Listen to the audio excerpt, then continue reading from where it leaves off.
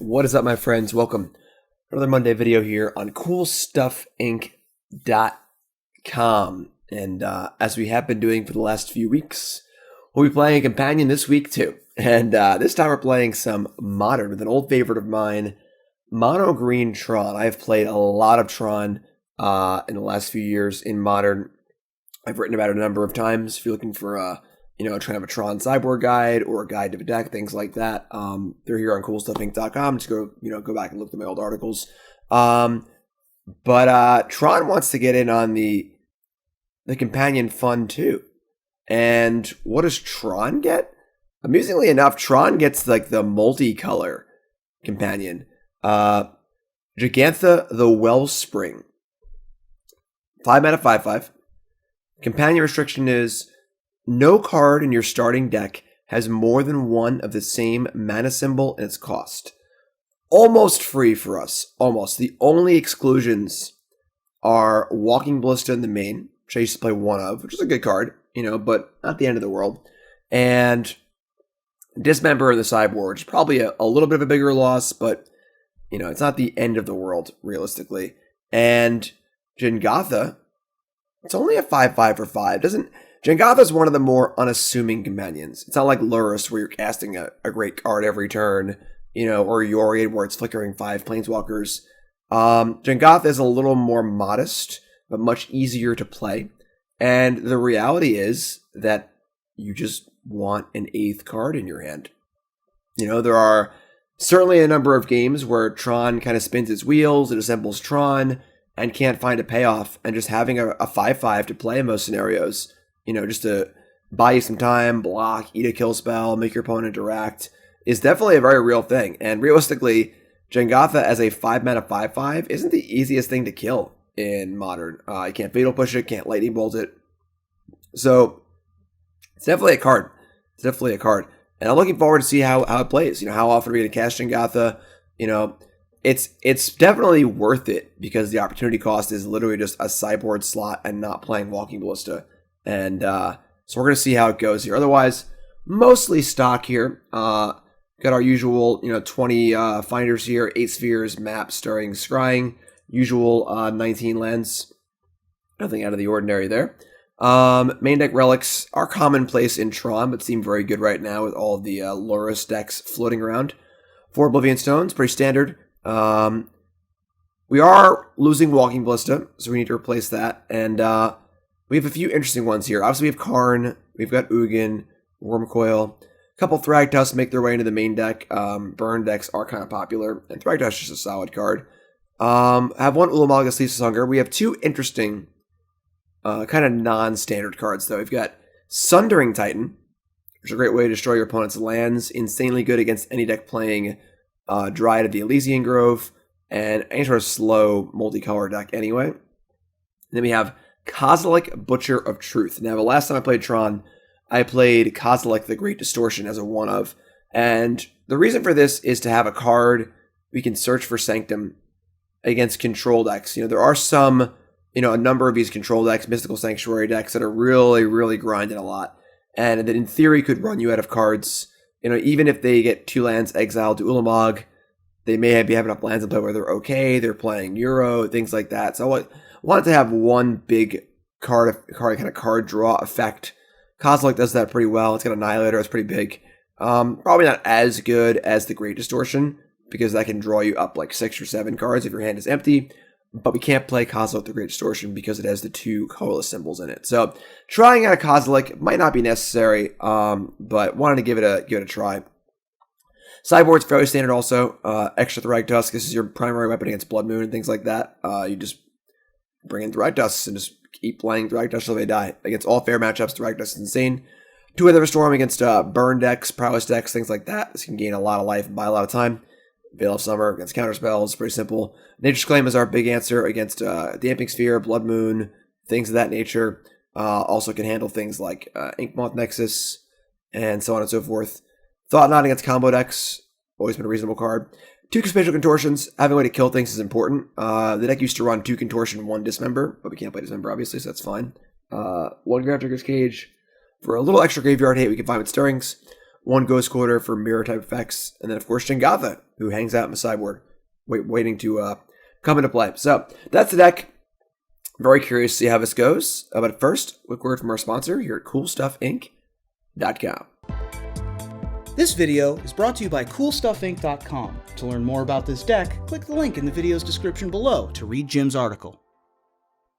Alright, round 1, losing the die roll. Come to the most important part of any constructed game lately. Choosing your companion. Obosh the Prey Piercer for them. And of course, Lurrus for us. The Obosh decks are usually like the red-green. Honestly, the red-green Ponza decks could be bad for us. Put a mulligan to 6. We're definitely going to mulligan. One of the most important things about Tron is mulliganing over and over and over again. I suppose Jengatha gives us away as Tron. Humans can also play Jengatha pretty easily, so not a dead giveaway, but this is going to be a mulligan also. And this is basic Tron 101 for those who aren't super familiar with the deck. Basically, you don't mulligan unless you you don't keep your hand unless you already have Tron. Tron can easily win on 3 or 4 cards, and Tron is one of the decks that uses the London Mulligan better than anything. Basic Tron 101 is pairs are bad, and you only need so many cards to win. If our hand is just Urza's Mine, Urza's Tower, Chromatic Star, Sylvan Scrying, that's an insane 4-card hand. But this hand has only 2 Tron lands, a redundant Forest, a redundant Threat, a random Blast Zone we don't really need, so pretty easy mulligan to 5 here. You just keep mulliganing. Abuse the London Mulligan.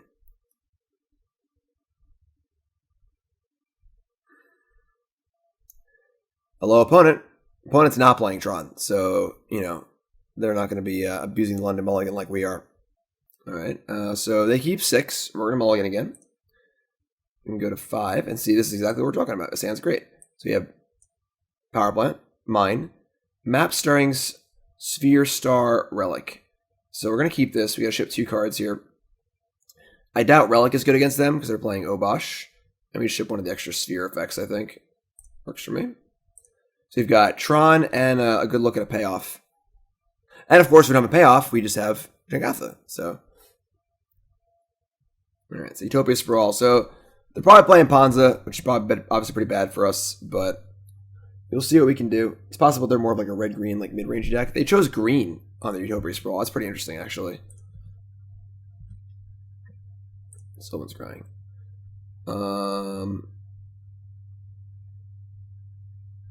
We're still gonna map here. We could star into scrying, but we want to take the green for starring. So play map, say go.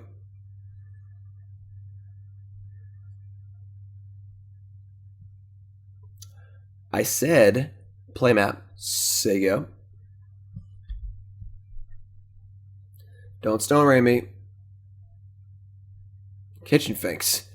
Kitchen Finks. Sure. Kitchen Finks is not a problem, let me tell you.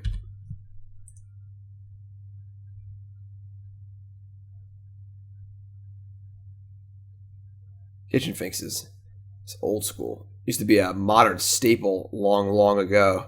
Doesn't see too much play anymore. Pretty under the bar as far as the power level of modern goes.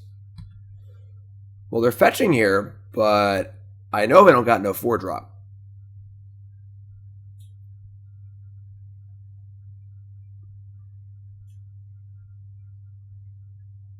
Eldritch Evolution.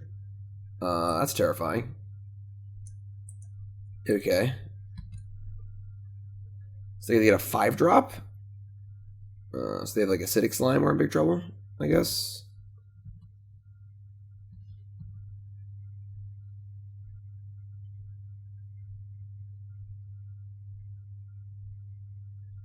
Or Magus of the Moon. I guess that works too. And Bird's Paradise. Alright. I mean, not cool, but not like the end of the world. They're not applying a ton of pressure here.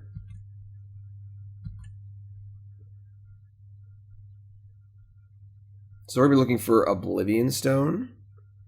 Also to not die, because these things attack for 4 each with Obosh next turn. Guess we'll just start on Star and then Stirrings. See what this draws. It's a Chromatic Star. I think I would like to star again. Just draw another card, get a better idea of what's going on. And there's your Oblivion Stone. It is going to take 2 turns, but there it is. It's 8, and 8 is 16. I guess we're actually just dead. Because we can't... If they play Obosh next turn, they attack for 8, then they attack for lethal. So we might just be dead here. Which is kind of lame, but... Alright, Relic is worthless, so big Sphere. And say go.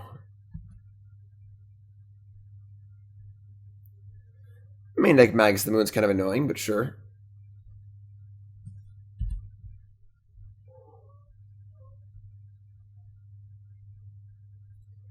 So they attack for 8 here. Yeah, I don't think we have any outs. Obosh does end the game really, really, really fast. I don't know what we possibly draw, but I guess we'll just fire off a Sphere and just see what happens. Alright, yeah, definitely not cool, but if we had been on the play of this game, probably would have won, but alright. So, kind of sucks, but what are you going to do? Magus of the Moon. So, let's get our sideboard going here. We're going to want to remove a lot of our big things. Let's bring in Thragtusk and Spatial Contortion. It could also have like Blood Moon proper, but I don't think I want Nature's Claim. We just lower our curve basically and just cut all the big doofers and try and just cast spells normally. You know, 5 mana for Thragtusk isn't that bad. If they waste a turn playing a Blood Moon effect, it's kind of whatever. So cut this stuff. Again, I don't think we want Thought-Knot Seer.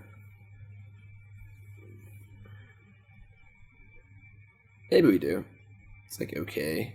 Can't cast under Blood Moon, obviously, but we could bring in 2 Nature's Claims. I mean, spiking Utopia Sprawl is actually pretty huge because they have no 2-drops, obviously, so it also hedges against like actual Blood Moon. I kind of like that, actually. So let's bring in, take out these, bring in these, and go from there. You can always like Nature's Claim our own star to like buy some time too, or things like that. I think on the play, we like probably win that game. We're able to play O-Stone, they attack for 8, we pop O-Stone, and then the game's probably in hand for the most part, but that's okay.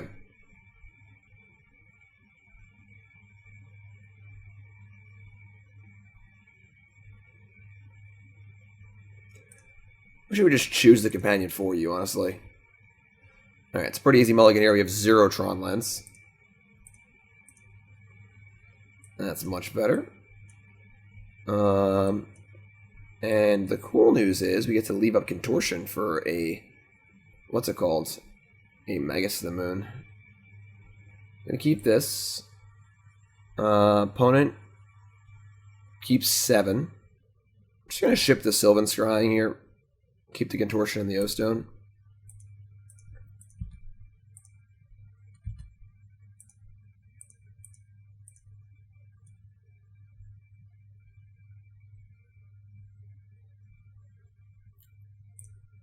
Play the old Mapski. Sigio.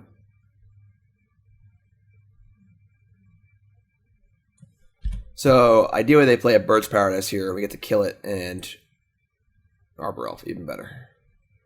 So, given that we have no payoff anyway, and our payoff costs 8 mana, we're going to happily contort this elf here. This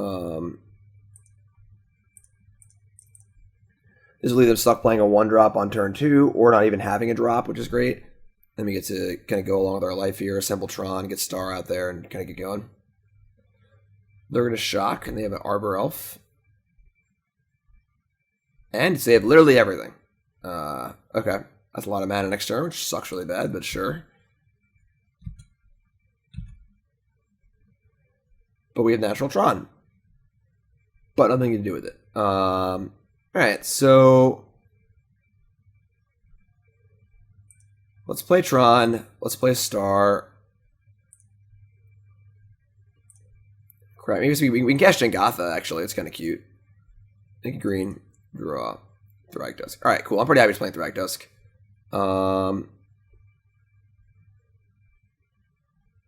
We have 6 mana total. We can re-get Tron if they stop it. Yeah, it's fun.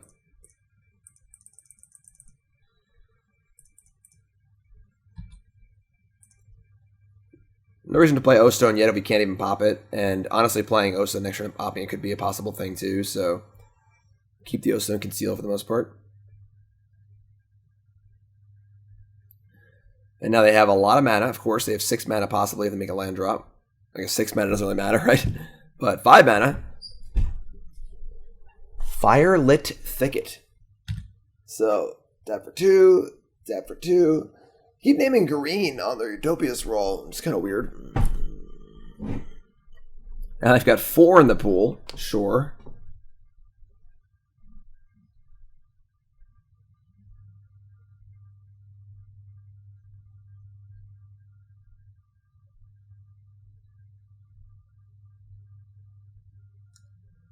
What's up?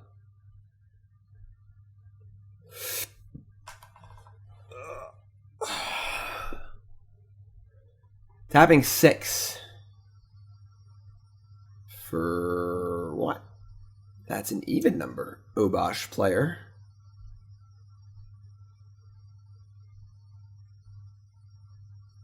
Pillage. Okay, that's annoying.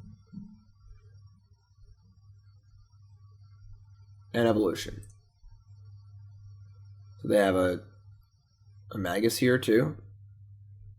I mean, pretty hateful stuff from our opponent, but I don't think we're really in bad shape at all, so... Okay, so we just redraw Tron, which is like... fine. I mean, we probably want to just get a land, because we can't pop... we don't have land 5 for O-Stone anyway, so...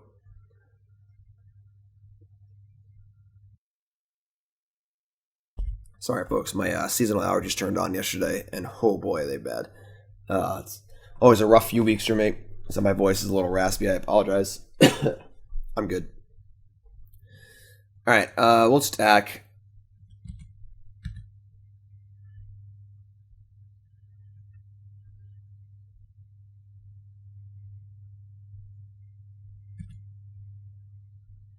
Let's play land, say go.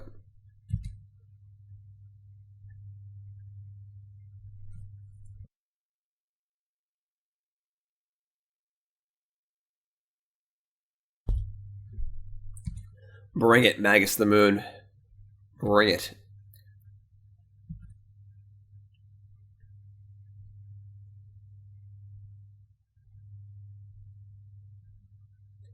Utopia Sprawl again, sure.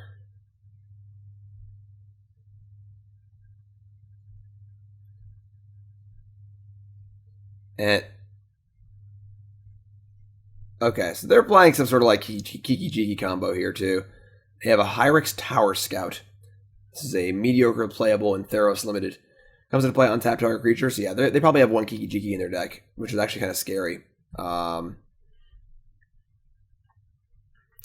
Because if they have a Evolution or Kiki Jiki next turn, they get to kill us. So that's kind of cute. Just like red-green Ponza twin, I guess.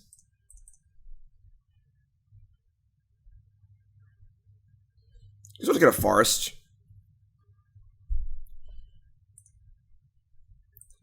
So ideally, they don't have a Splinter Twin kill next turn, because that would kind of stink.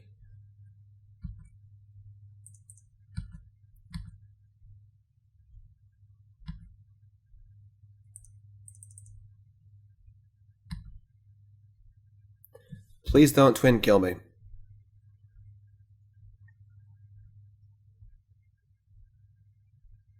And they have Eldritch Evolution or Kiki Jiki proper. I imagine they're only playing 1 Kiki Jiki, if I had to guess.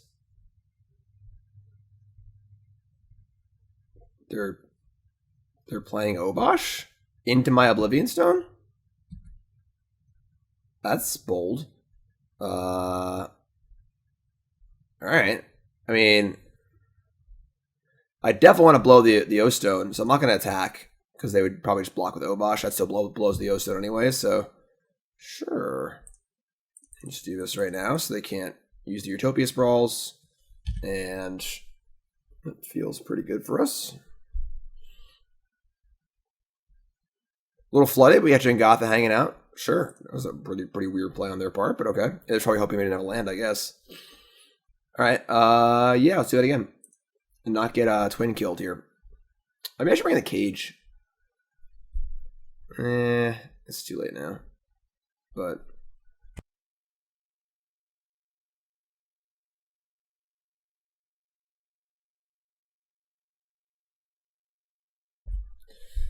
Jengatha or Jegantha, I choose you. All right, we are on the draw here against the Ponza deck, so we'll hopefully be able to do some stuff. Pretty obvious mulligan. I want to keep 7 again. Tilt. Another mulligan here. Hand looks fine because it has map and scrying, but I think it's just way too slow. We're playing duplicate lands on turn 2, which is just awful. So if this scrying was a stirrings, we could keep. Because we're more likely to find another Tron land off of it, but we're a mulligan. Oh my god. How are there no Tron lands? Alright, folks, we're going to 3.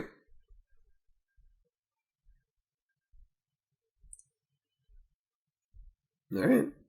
I mean, as far as 3-card hands go, it's definitely not the end of the world. We're going to keep the star. I imagine we're probably going to be in trouble here against the Ponza deck on 3 cards, but they have a 1-drop again. Stinky. Oh, there's Sylvan Scrying. I mean, our hand is now essentially mostly made.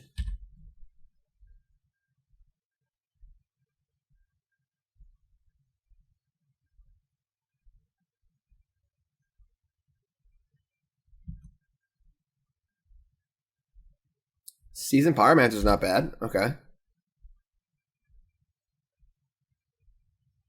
Discarding a Pyromancer and a land. Okay.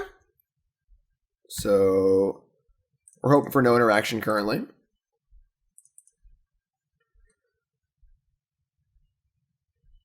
Draw off our star. We're probably going to Sylvan Scrying for a forest, I would think. Yeah, we have an O-Stone now too. Yeah. Scrying for a forest. Oops. To ensure that we can cast our other Scrying. And if they have a Blood Moon, we can still cast our spells. And then next turn we Scrying for Tron, then turn 4 O-Stone pop it. So ideally their hand is like mopey mid-range cards and not interactive elements. But we'll see, I suppose.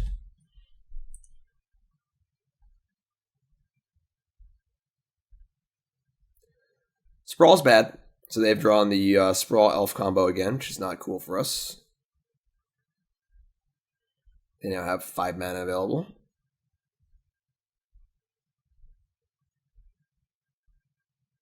Another Sprawl. Okay.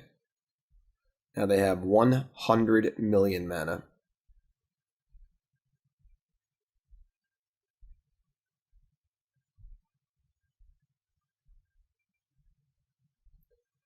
Tower Scout. Untap Arbor Elf. Okay.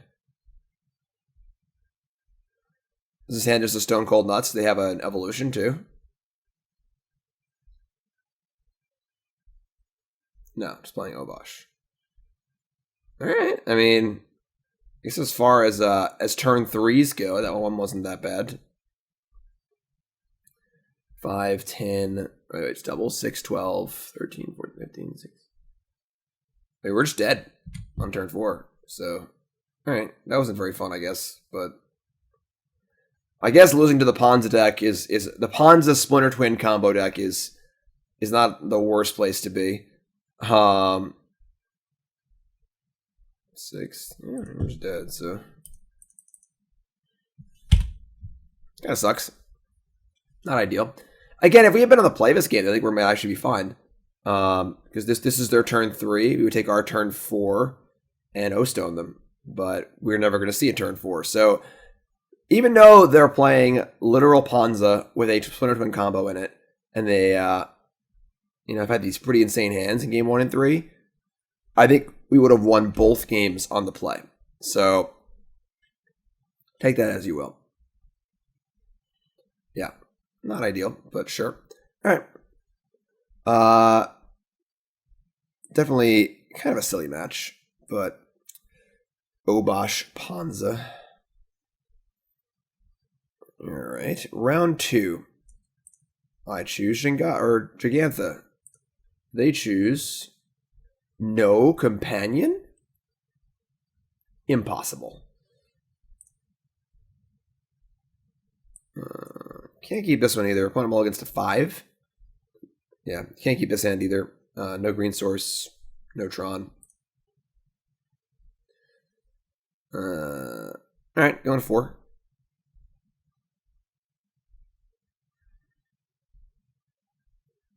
Opponent's currently on 5, deciding if they want to go to 4.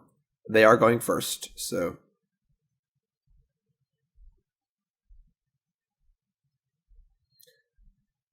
they're going to keep 5. We're going to go 4. Mulligan. Oh my god. All right, going to 3. We're going to keep this, obviously, so it's definitely map, mine.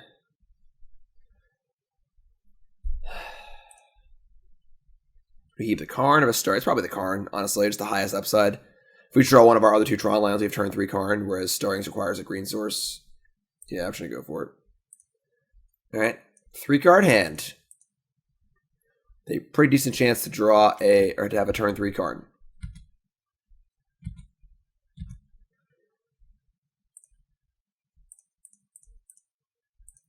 And they are playing Verdant Catacombs and no companion. Interesting.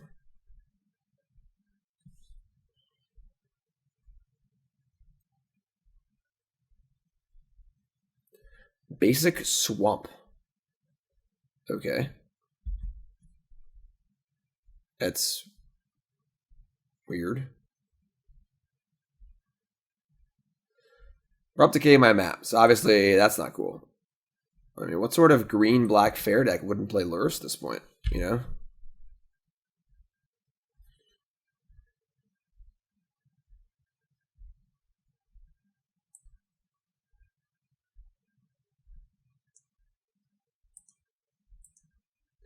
Field of Ruin my land. That actually honestly kind of helps us, so sure.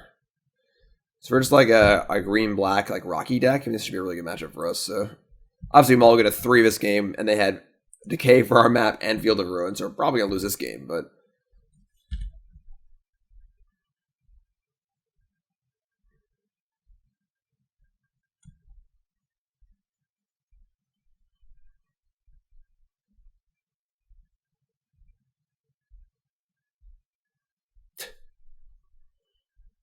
Okay.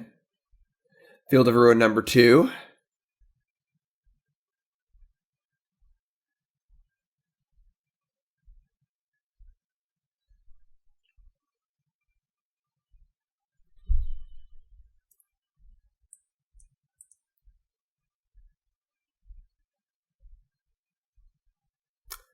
Hello, opponent.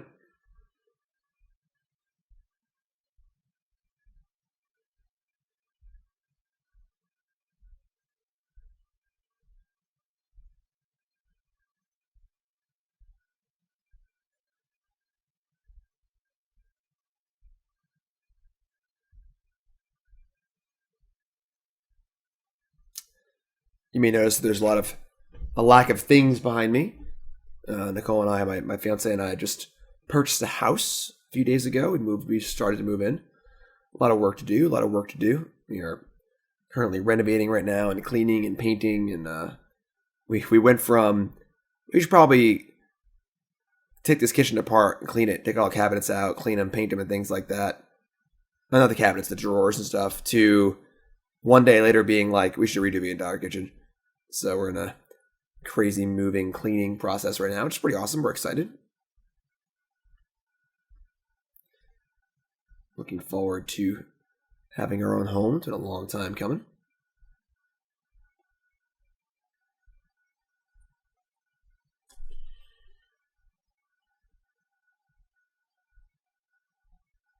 Those who follow my stream content, my live stream content will be pretty sporadic for the next month or so as we fix up the house, move in, get set up, and so on and so forth. But my cool stuff content right here on CoolStuffInc.com will be uninterrupted. Still have a video article every Monday and a written article every Friday. Make sure you check those out. And of course, just check out CoolStuffInc.com every day, realistically. Always free content every single weekday. Tons of articles and videos and great stuff. And of course, the best deals on Magic cards, card games, board games, miniatures, everything game related. You're in quarantine, great time to play some games. Build that cube you always wanted to build. Learn that board game you always wanted to learn. Promo code Jim5, 5% off your order on CoolStuffInc.com, and a free Goblin token. Free Jim Davis Goblin token.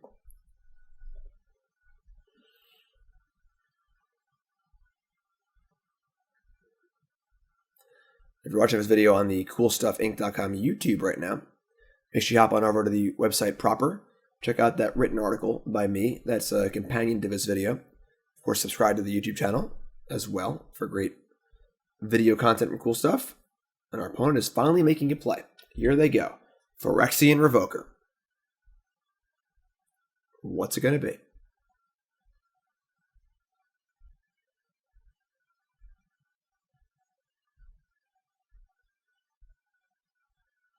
Expedition map. So we are 100% guaranteed to draw a map next turn. Nope.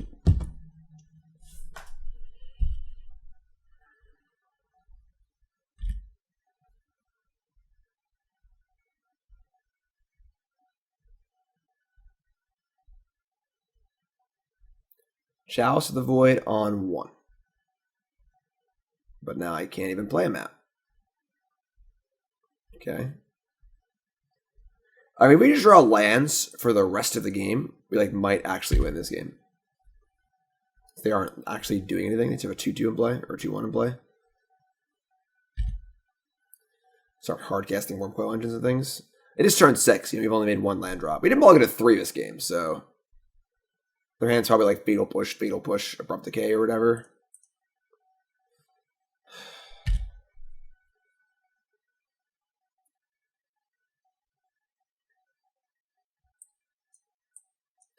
Can't play that because of Chalice. Opponent is playing Ashiok Dreamrender in their main deck. Okay, well now our Scryings are dead too. Awkward.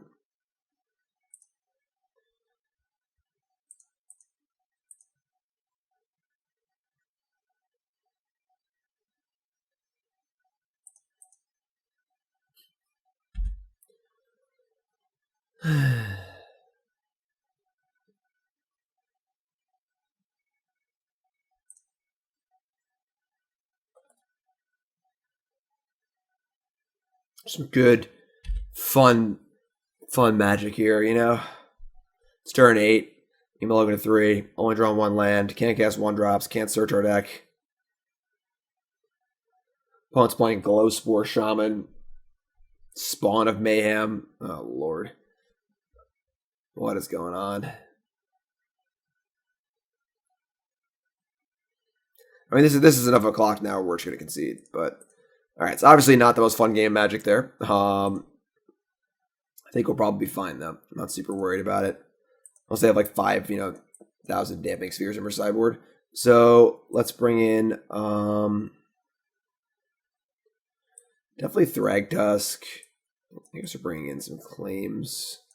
Name Revoker. I guess Claim can't stop Chalice, unfortunately, but probably have Damping Sphere. Kills Revoker, random crap like that. I would say Kozilek, Sundering Titan are both gone. Try and lower our curve a little bit, We want more hard castable threats. They can Field of Ruin us all they want. We make 5 land drops, we're still casting Thragtusk. So, Relics didn't seem super relevant, honestly. I guess they're playing Glowspore Shamans. That means they probably have some interest in their graveyard, I guess. I don't really know what they're doing, realistically. Got the Ulamog, too, I guess. Let's just shave a Relic. Who knows, honestly. They have Chalice too, so I guess Relic's pretty unexciting. We had no way to remove a Chalice aside from O-Stone. I suppose Ulamog, but alright, let's try this. Any interest in Thought-Knot Seer? Maybe. Maybe let's just cut the Relics, because they have Chalice. Let's try and lessen the impact of Chalice if we can. Bring these Thought-Knot Seers. They're just a castable card. It's like fine. Alright, go on first. Jegantha, I choose you. And our 7 isn't great. We have no green and no way to find Tron, so we are going to mulligan. Man. I feel like we're seeing the lower end of our opening hands a bit here. We've had a lot of really like we've seen so many no Tron land hands. Actually kind of unreasonable, but sure. Alright, this is better. I guess there's no stirrings. So we're on 5 right now. 3 stars, a claim, and a stone. This is not great, but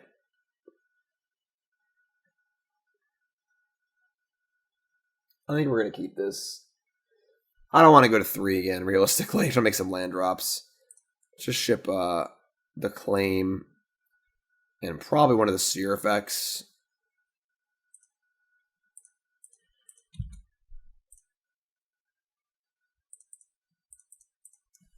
This is not particularly great, but they have Field of Ruins and things like that too, so just having a 3-card hand with Tron and nothing else isn't necessarily great. We do want some amount of quantity here, and they're not very fast either, so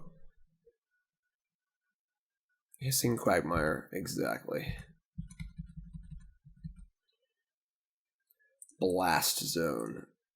Really a card you just never want to actually draw. And Karn. Okay. Not the best start here, but let's pop this now because we already have a green. Alright, pretty bad draws. Pretty bad draws. Apparently we're only playing 2 of each Tron land because we don't draw them very often.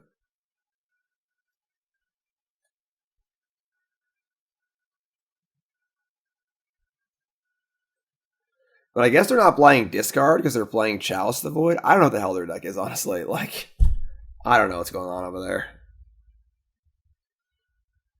Phyrexian Revoker, sure.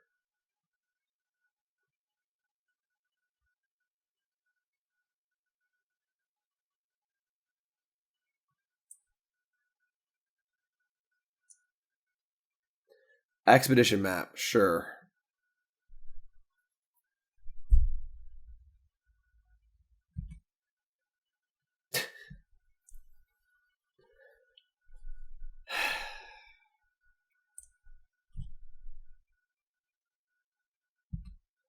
We're going to hold on to the O-Stone for a turn.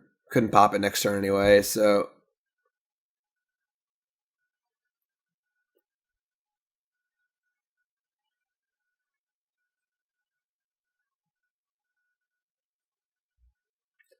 Field of Ruin, alright.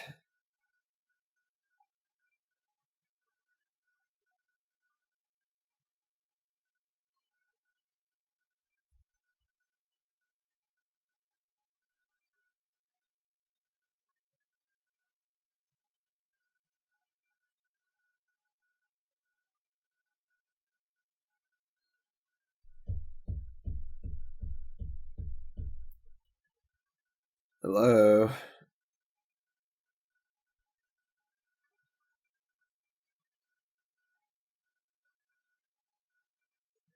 I don't know what's going on over there, folks. I got no idea.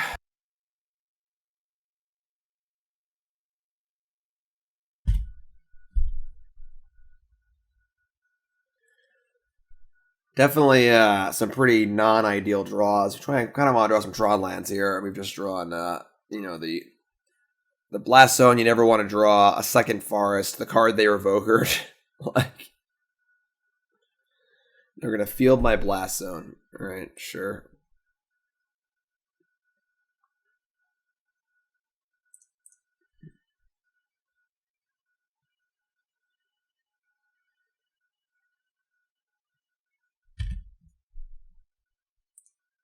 We do have lands in play, unlike last game, so we can actually like cast things, which is kind of cool. Chromatic Sphere, sure. Probably playing an O-Stone here. We'll see what we draw off the Sphere. A Thragtusk, sure. Like Daddy's fine. I'm gonna play O-Stone.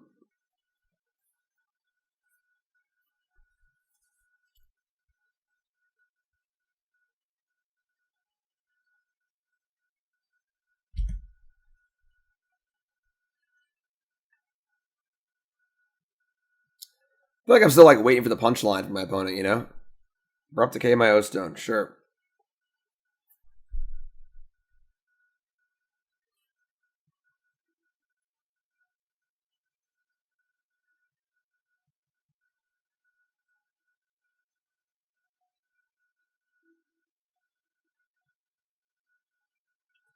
Satyr Wayfinder. Okay. Reveals Assassin's Trophy, Bone Picker. Verdant Catacombs. Okay. Oh my god.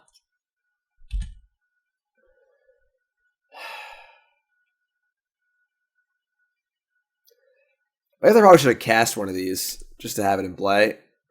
So we draw, we save 1 mana later. I guess we could, sure. Oh, never mind. Now I can't use those either. Okay. Why would they target me with Ashiok? Why not self-mill themselves? They have Satyr Wayfinder in their deck, and they have presumably graveyard things they want to do.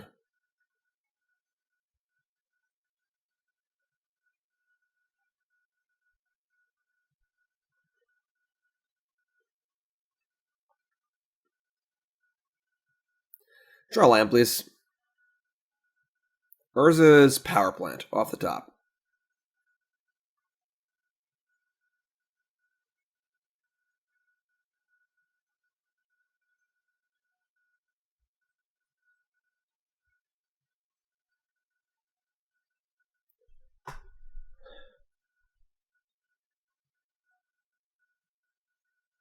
Assassin's Trophy, my land. Okay.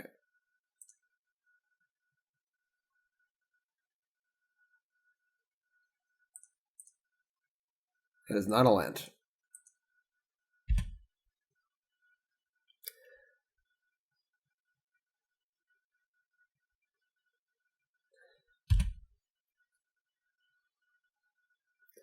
Opponent has built quite the house of cards here. They are very slowly attacking us.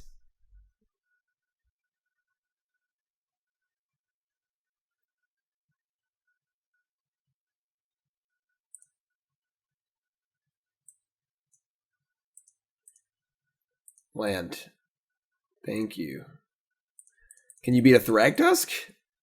I don't know if you can. They do have 4 cards in their hand, but...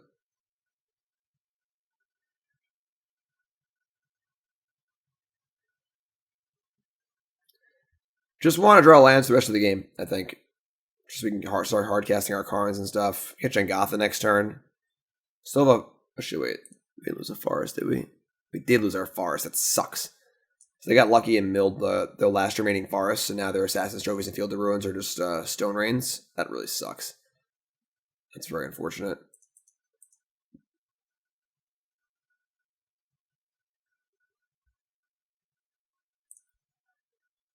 Alright, they mill 4 more cards.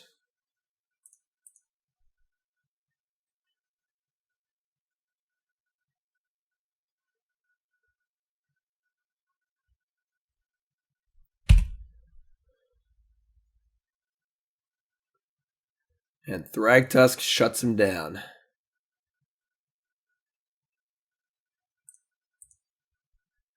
Ancient Stirrings.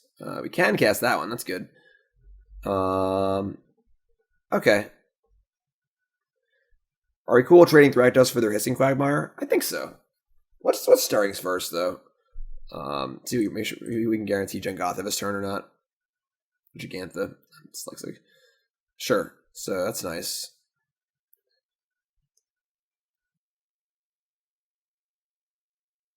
I'm okay.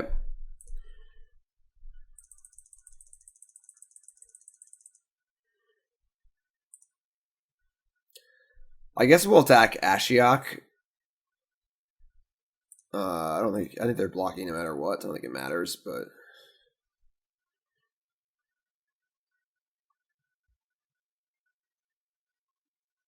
sure.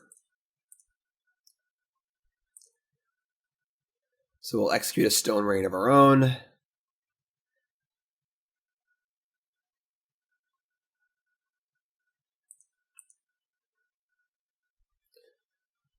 We have our first companion here. It's definitely a good one. We definitely could really use this 5/5 right now. So pretty happy about casting Jengatha here, or Jegantha.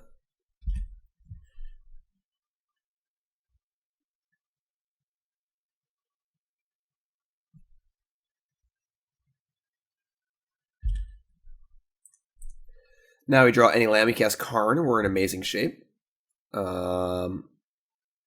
We also can draw Wurmcoil, Thragtusk, things like that too. So Abrupt Decay, the Beast token, sure. Still got this fatty 5/5.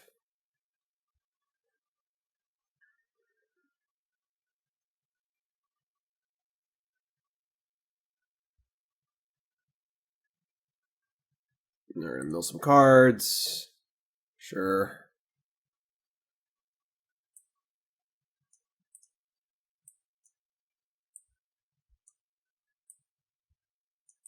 That's our exile over to the right.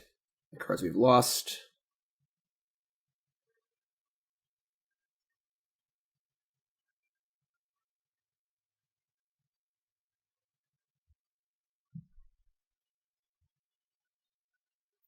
Rim Flare, and it's currently a 2/2. Okay. Sure. You got it. If this Revoker dies, they have creature, instant, land. So if the Revoker dies, or the Ashiok dies, it becomes a 4/4. So just draw a land here. Can we do that, please? I'll take a Blighted Fen, honestly. Just give me any land. That's an Ugin Spirit Dragon. Okay, that's not land. Now if we attack, they like actively want Ashiok to die anyway. I think I want to block this Grim Flare, so I guess we're just gonna play a map and say go. Just hope we're drawing a land next turn. This thing can tap for colored mana, but that doesn't help us cast our Karn, unfortunately.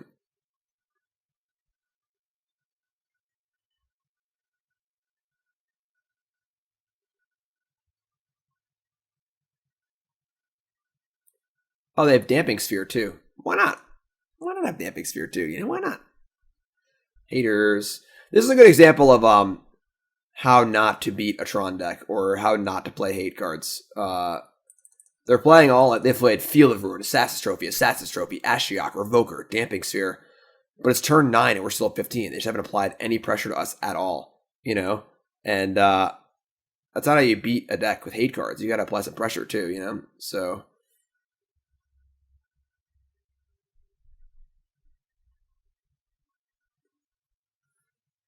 and the Damping Sphere isn't even that good because we just have a bunch of lands in play anyway, which we're hard casting stuff at this point. So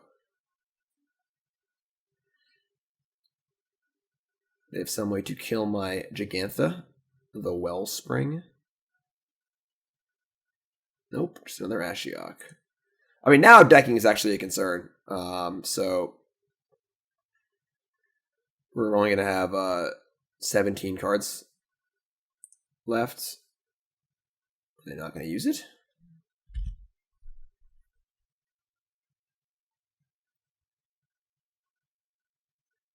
Okay. So now we have 17 cards left. They milled an O-Stone, which kind of sucks. No lands, though. All right, land off the top, please. No. We can play that, though. So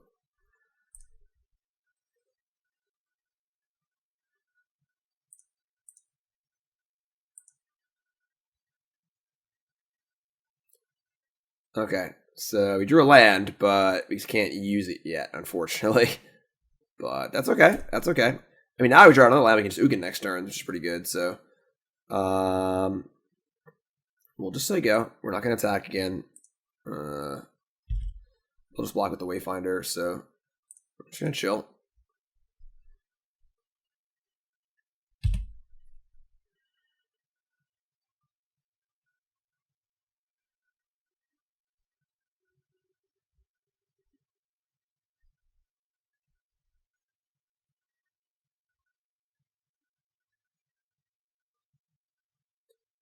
Leyline Prowler. Okay. Alright, so Karn's going to come down and eat Ashiok immediately. So we don't get cheesed out and get decked here. So we only have 10 cards left, so... Boom shakalaka. They can attack in and kill Karn if they want to, but they'll lose stuff in the process, so... And we have another Karn and an Ugin, so Ugin's looking pretty nice at the moment.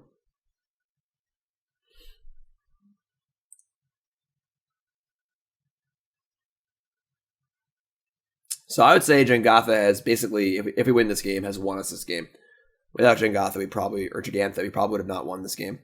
But it's held back, 15 points of damage probably. So, free card coming in clutch. Again, not the most exciting card. It's just a 5/5 for 5, but that's not nothing. Like in a close game, that's definitely not nothing. They gotta pull something real nice here this turn to make a difference. Leyline Prowler. Card doesn't even see playing standard. It's a cute card, but does a lot of things, doesn't really do any one thing well.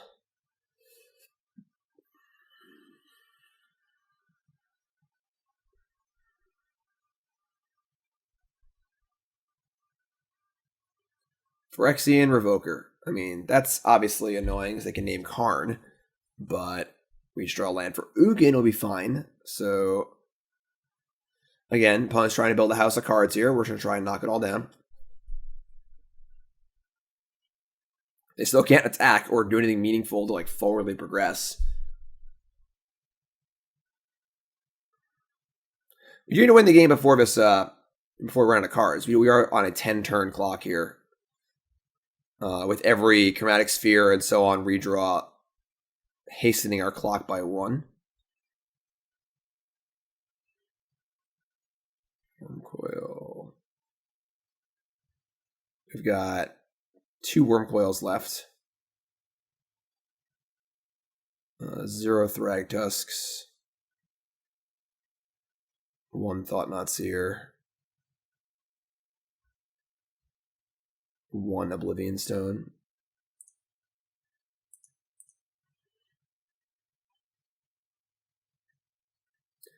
Here comes Leyline Prowler coming in.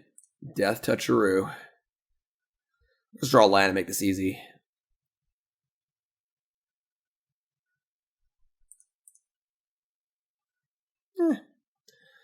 Alright, so we'll cast Chromatic Sphere. Oh, no, we shouldn't do that. That was bad. There's a Damping Sphere in play. Now I can't cast Wurmcoil Engine. That was really, really bad. Ugh. Alright. Well, hope we draw land. Very easy to forget the rider text on Damping Sphere. Alright. Well, now I guess we're casting Sylvan Scrying. It's not... I mean, it guarantees an Ugin next turn, which should probably be pretty good, but that's kind of not ideal. If we even have a Tron land left, which hopefully we do, but... Yeah, that I should just cast Wurmcoil. That was a mistake. They've gotten all 4 Urza's Mines, which is kind of gross, but sure. So we still have an O-Stone, a Claim, a Stirrings, a Wurmcoil, a Thought-Knot Seer. We have plenty of ways to win the game. We just need to make sure we do that in a reasonable time frame. So next turn is probably Ugin, -3, and then we can start attacking with Jegantha, and we start playing Wurmcoils and Karns and things. We should be fine here. Barring, I guess if they draw an Ashiok or even an Assassin's Trophy effect isn't that bad. It's not great, but whatever. They didn't draw it, so yeah.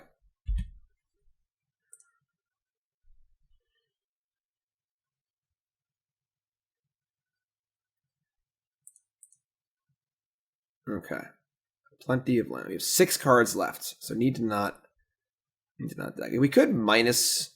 Or we could plus Ugin and just bolt or Evoker, and then minus use the Karn too. I think we're just gonna Karn and Ugin and do it. Just -3.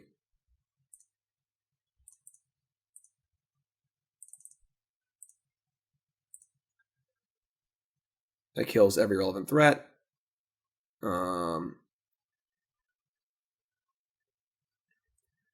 I guess we just say go, because they get attack and kill the Ugin. I guess if they draw a way to kill Jengatha. Yeah, I should have gone up, actually. I played this game kind of sloppy, I think. We do have 2 more threats in our hand, but we could just, like, protect our Ugin. So the card, the Flayer and the Wayfinder aren't doing much right now. Yeah, I probably should have plussed. Then I could have plussed the Karn also. They draw some way to kill my Jegantha here. We're going to lose our Ugin. Which obviously, they had Maelstrom Pulse anyway, sure. That's fine.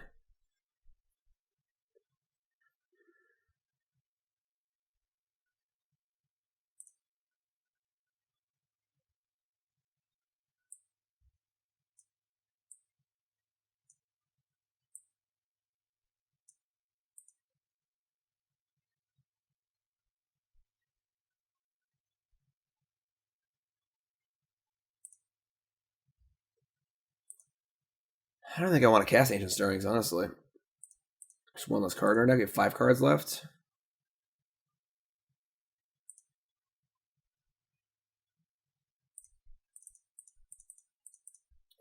I guess we're never unlocking the card. We have 1 Ancient Stirrings left. I mean Nature's Claim less, so we can unlock Karn with that. Let's see, 4, 8, 12. It's currently on 3. Glowspore Shaman, sure. I don't understand the Seder Wayfinders and the Glowspore Shamans. Like, what are they doing? What's the graveyard stuff? But if we win this game, there's no timeout for game 3 anyway, so. Opponent's deck just honestly looks like a pile of cards. Not to insult our opponent, but deck building wise, it just looks like a pile of cards. They just like, like the. So Assassin's Trophy, Maelstrom Pulse, and Abrupt Decay are good cards, but they're means to an end, not like a deck type themselves, Alright, so we drew the Claim, which is pretty cool. We just jam first, so they try and go for a double block, we can break it up. And then now I believe we can restart the game before we would deck if things go wrong, so. It's important to have a plan in deck building. It's important to have a plan, Chalice of the Void's a plan, but you got to close the game some way, All right, so we could just kill the Provoker on Expedition map, but I wanted to get Karn going, so this is fine. We'll just offer the trade here. We could actually, this is 7, and yeah, we could actually claim this minus this Karn, and then play a new Karn and plus it.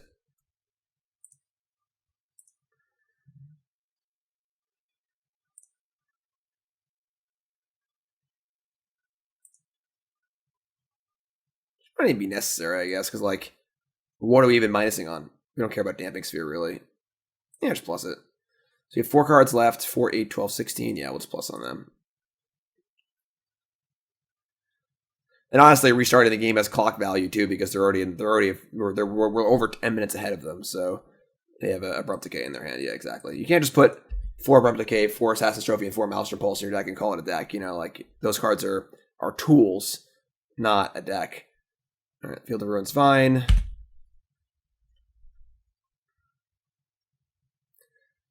think we're actually going to plus Karn targeting ourself on our own Karn, so we can restart the game with a Karn in play. If this, if this Wurmcoil doesn't work out, the extra Karn in our hand is not super relevant.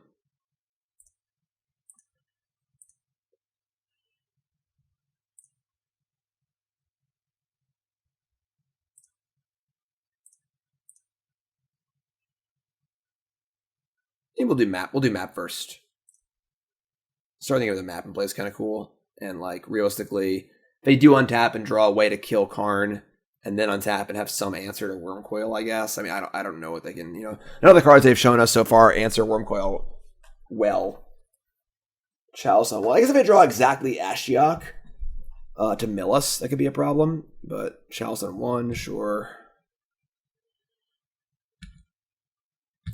So they're probably their only out is most likely to just draw a Ashiok and deck us, which you can't do anything about. Unfortunately, it kind of sucks, but they do it. we get to complain a lot, which is cool. All right, so target us. Karn. Don't draw an Ashiok, or I'll be sad. We already drew Expedition Map the turn after they named it, so I think we've used our bad luck this game, and now we're gonna go to game 3, and they have 3 minutes left. So cool. I would say I almost want Contortion, and I might even like. And we just need to like not die. They only have 3 minutes left, so.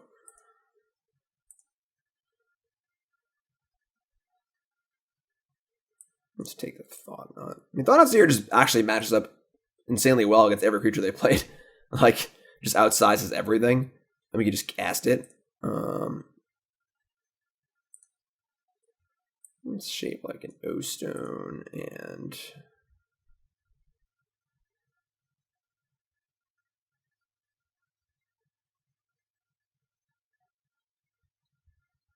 It's just shape 2 O-Stones, honestly. They have a million ways to kill it, and nothing that we really want to kill. Like, what are we O-Stoning? Their Glowspore Shaman? Like, yeah, it does deal with Damping Sphere, but we can just cast our spells. They're not pressuring us at all, so we just play Thragtusks and kill them.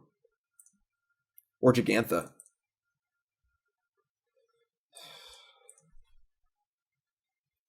Put them all against the 6, so do we. We can keep this.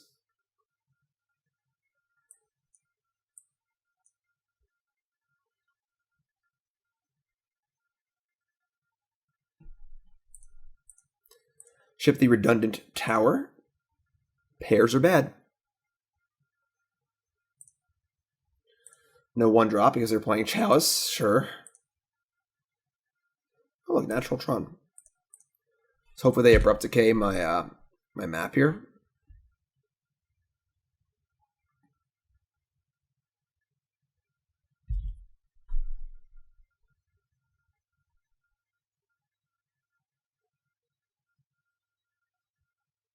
Phyrexian Revoker. Sure. You got it. You win this round, Phyrexian Revoker.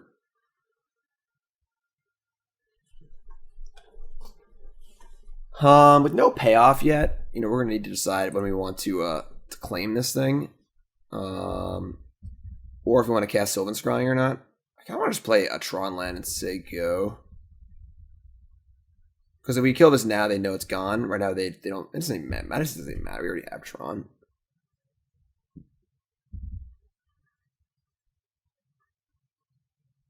Yeah, I'm going to play Forest and say go. Because if they play a Chalice, we get to actually cast Dark. I might just claim this Provoker anyway, honestly.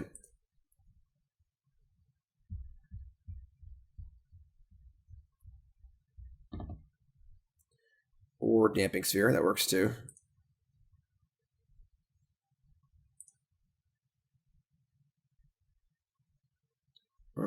I guess we're gonna wait. So we're not casting Scrying or a big thing next turn anyway, so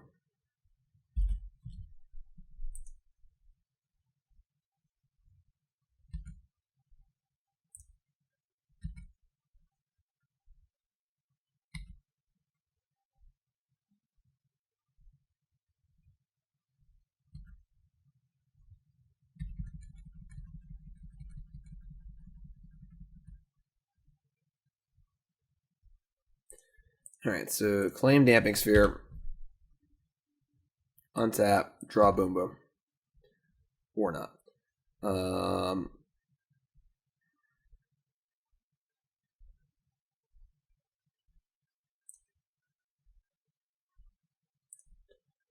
Sylvan Scrying for Blast Zone, I suppose.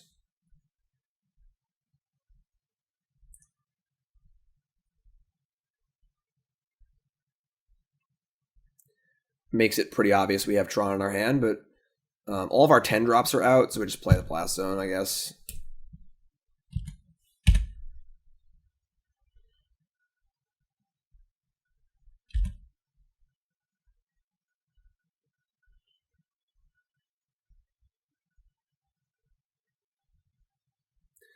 Another Revoker. This one naming Blast Zone.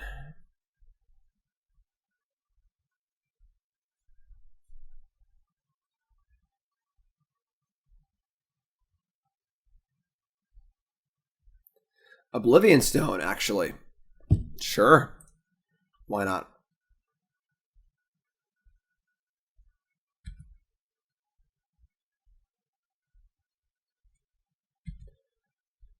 Chromatic Sphere. All right, so we can Sphere.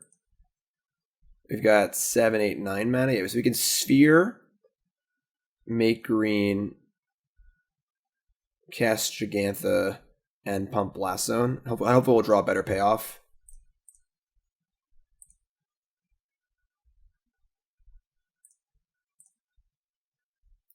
Nature's Claim.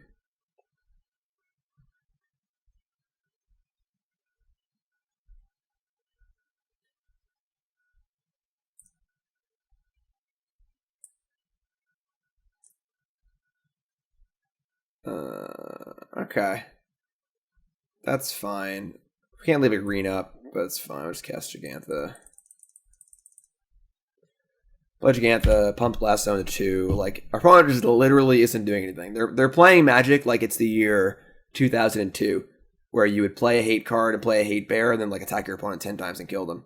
Chalice on 1. So that's annoying, obviously, because now our claim is off, but I don't think it's really the end of the world.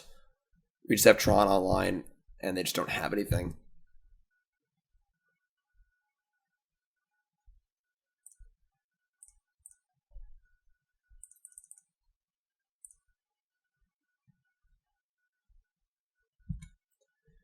Big draw step.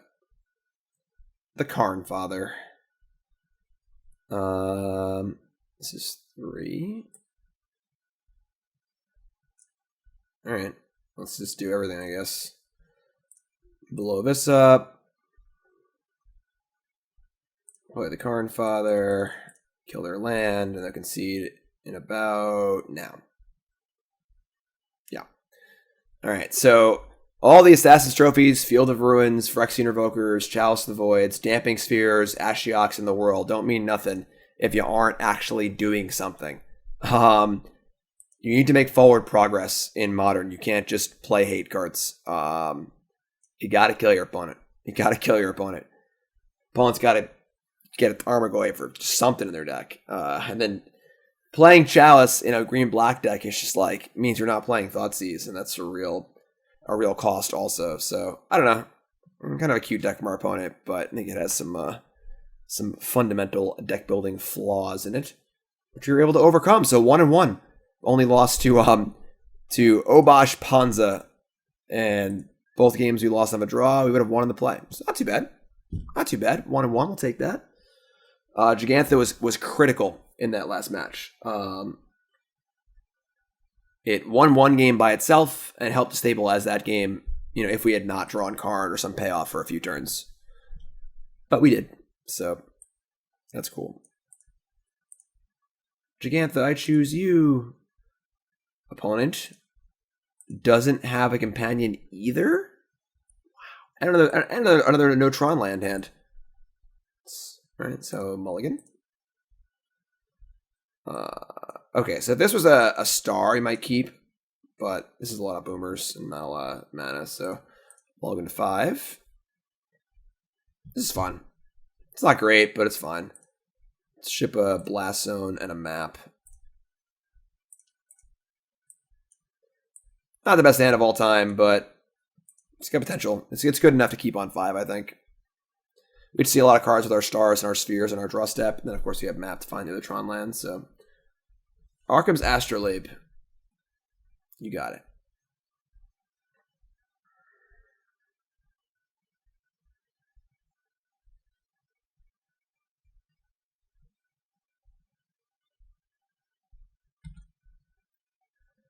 All right, Eugene the Spirit Dragon. So we're going to lead on Sphere here. We're not going to play map first because we don't know what we're getting yet. So we're going to try and cycle through some cards, look for another Tron land, a stirrings, things like that to inform our decisions and allow us to know what we get with map. Misty Rainforest and go. So they have Metallic Rebuke up currently, which is fine. Thragfather, make it green. Sphere. Play Sphere. Make it green. Stone. We play a map here, they probably rebuke it if they have it. And we're still not sure what we're getting yet. We're still play Star. Not a great few hits here. I'd say we've drawn, honestly, pretty poorly this league in both our opening hands and our first few draws. But we'll work our way through it, you know?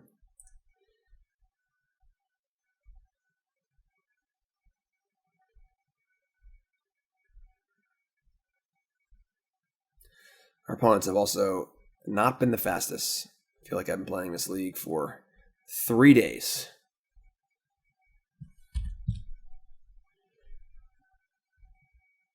Island go. So we really got to make some progress here. Sylvan Scrying, sure. Want to draw land off the Sylvan Scrying. I mean, off this Chromatic Star, really bad for Sphere. So if we can cast Scrying and map this turn if they have a counterspell. We did not. However, Stirrings is not bad. It actually works out reasonably well. So let's play Stirrings. There's a chance they counter it, honestly. They did not. We find Urza's Mine. Excellent. And that being the case, we're going to play Sylvan Scrying because if they counter it, it's...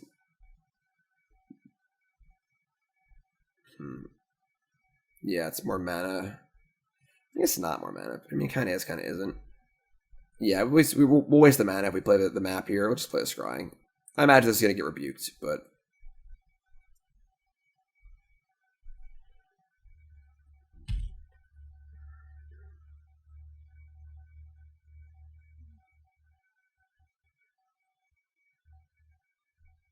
Sure. Force negation, rebuke, whatever, same thing. So next turn we have a map they have to counter. Or also just like making land drops, ideally. Just like drawing cards. So Sanctuary back to force negation, sure. I'll have a Jace here too. Ugh. Alright, that's pretty gross. Once again here on the draw, and our kind of clunky hand might be the death of us here. Ulamog. Yeah, I mean, they're just assuredly going to force my map. I just don't have a land drop or another play. Could play O-Stone here. They probably have to force that instead. I kind of like that.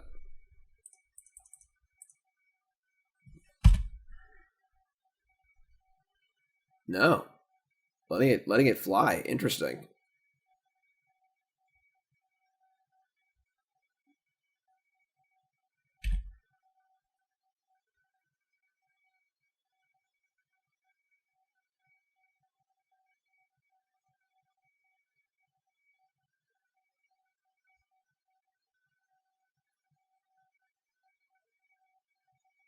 Okay, another Astrolabe, sure.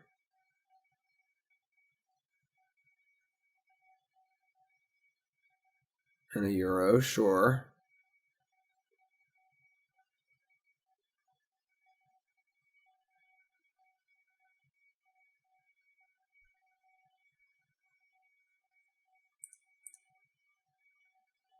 Versus power playing. Because the good news is we just drew a land. So if even if they counter my map here, we at least get to make a land drop. So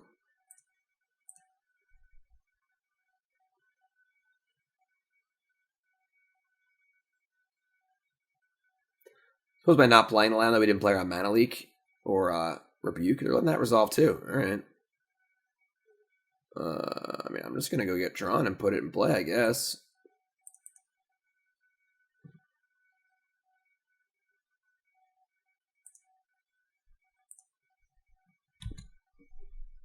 I mean, we know they have force negation in their hand, so I mean, we're lining up an Ulamog. We've got O-Stone already in play.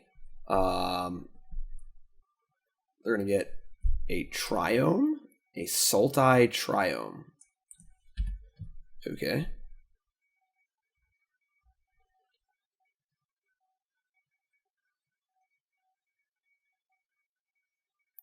Brainstorm, play Island.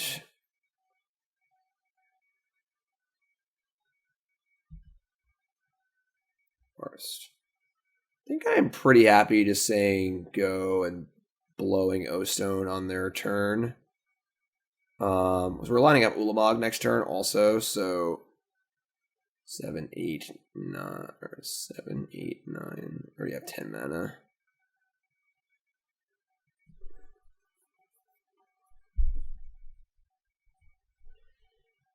Yeah, I think I'm pretty happy with that.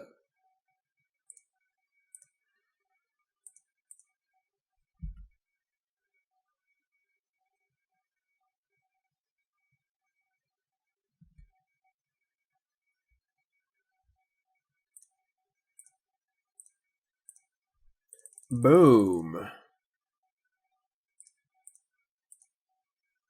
Because you could like that on our turn and cast Jegantha.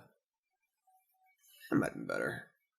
Wilderness Reclamation. Alright, so they're like the combo deck, I guess. And you're I mean, they have like Nexus of Fates, I guess we're probably gonna lose. They can actually combo us.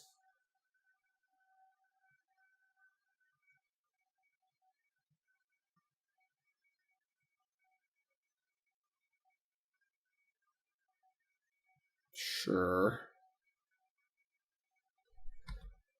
Alright, I mean, just play Ulamog and get rid of Reclamation and probably a land, I guess.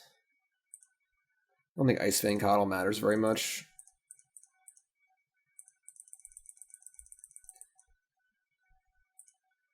And your land, not targeting a Sanctuary, so against Cryptic and bounce the Sanctuary, counter my Ulamog, which I probably want to do anyway, so. Remand Ulamog. That's bold. Alright. I guess I should have cast the Starrings too. I'm just so flabbergasted they did that. Sure.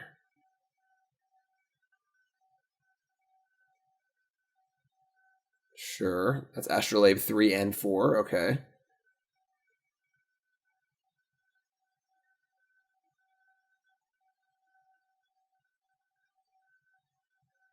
I mean, yeah, I guess. I'm just gonna eat 2 lands with Ulamog again. I mean, I'm pretty cool doing that, so. I mean, I guess I should have played Starrings last turn. That was a big mistake, but let's start with Starrings and see what they think. Wurmcoil Relic Sphere. That's kind of nice. Relic's pretty cool right now. You have 2 euro in the bin.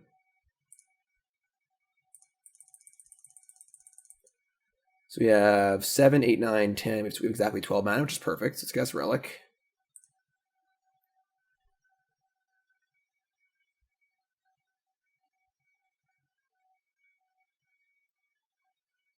So we just pop it.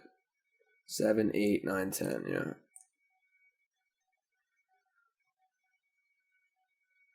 Draw a map. Sure. I mean, play Ulamog.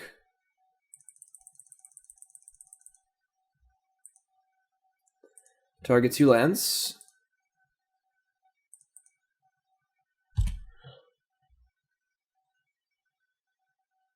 I guess I should have cast the Ulamog first. Because now they can like Cryptic and then play Sanctuary and get it back again. Icefang Coddle, sure. Lands are gone.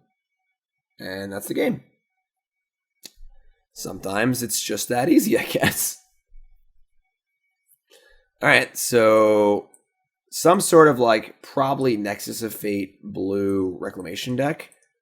I would say we want Thought-Knot Seer. Veil of Summer. Probably want Nature's Claim, honestly, because they have a Reclamation. And like, I would say we don't want O-Stone. Relic seems good actively, so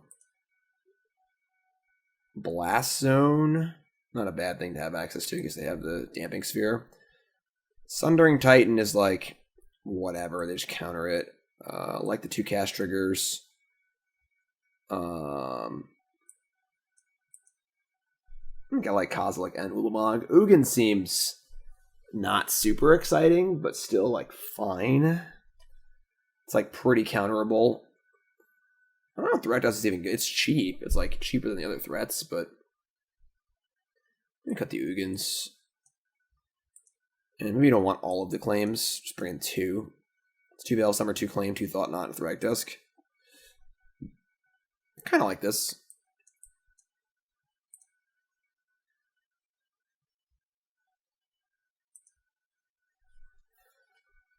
I don't think O-Stone's particularly good. It does hit like Jace, I guess, but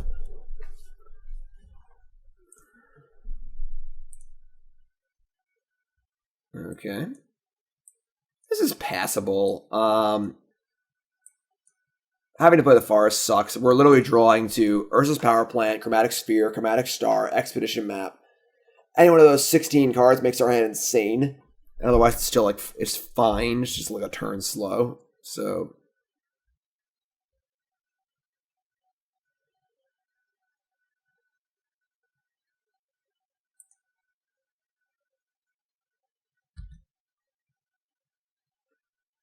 All right. We're going to play Forest. Leading on Forest really sucks, but we're just going to do it. We have 2 green spells to cast. Just let it rip. Karn Map Forest. So we already have Scrying, but we'll take the map here. Don't need a second Karn or a Forest. We also have Kozilek as a big, our top end here that can't be countered, the card draw effect, so. Next turn, Scrying. If they counter it, we have Map.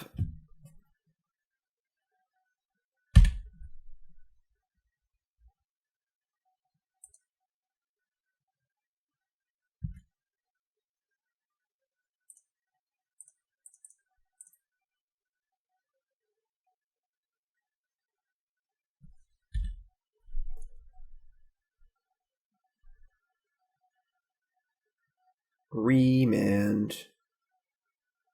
So next turn we have Scrying plus Map, so if they counter one, we still can get the other one going. So not the fastest hand, but they're not really like pressuring us that much. Ooh, and they missed a land drop. That is no go for them. So I think we're actually not going to cast anything. Because we really, really don't want them to remand. Well, I guess if we play Map,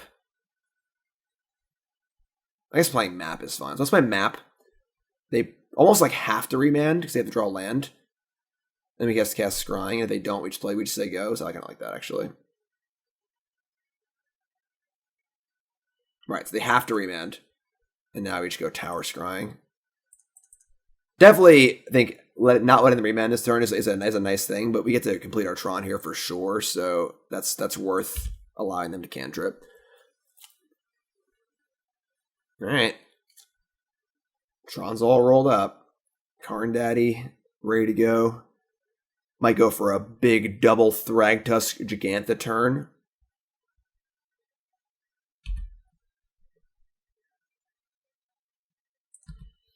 And given that we have Kozilek in our hand, we should be slamming stuff every turn, so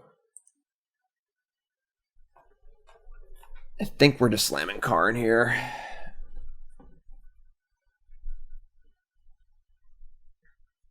It's almost surely getting countered, but we could just put like a Thragtusk, like a test spell, but they have Cryptic next turn, so we'll just play Karn this turn.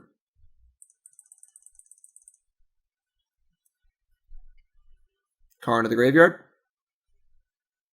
The game also just ends if it resolves, so very unlikely to resolve.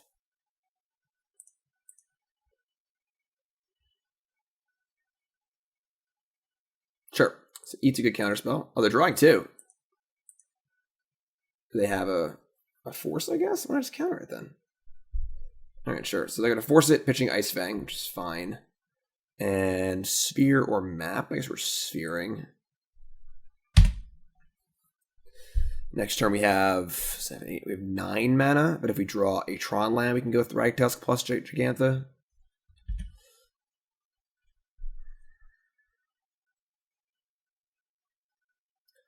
Mystic Sanctuary, yeah, sure.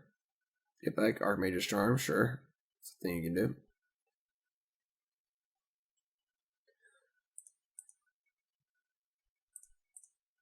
do. Green.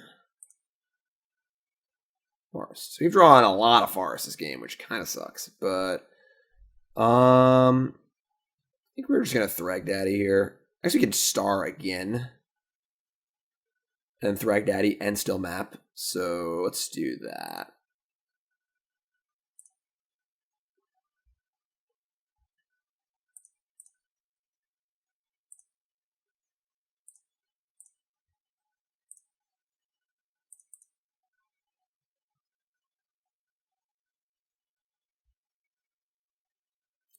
Ooh, hello. Alright, so that's kind of nice. So let's play let's play a land, I guess. Play around. This is 6, 7, 8. Let's play our mana leak, sure. Play Forest, play Thragtusk.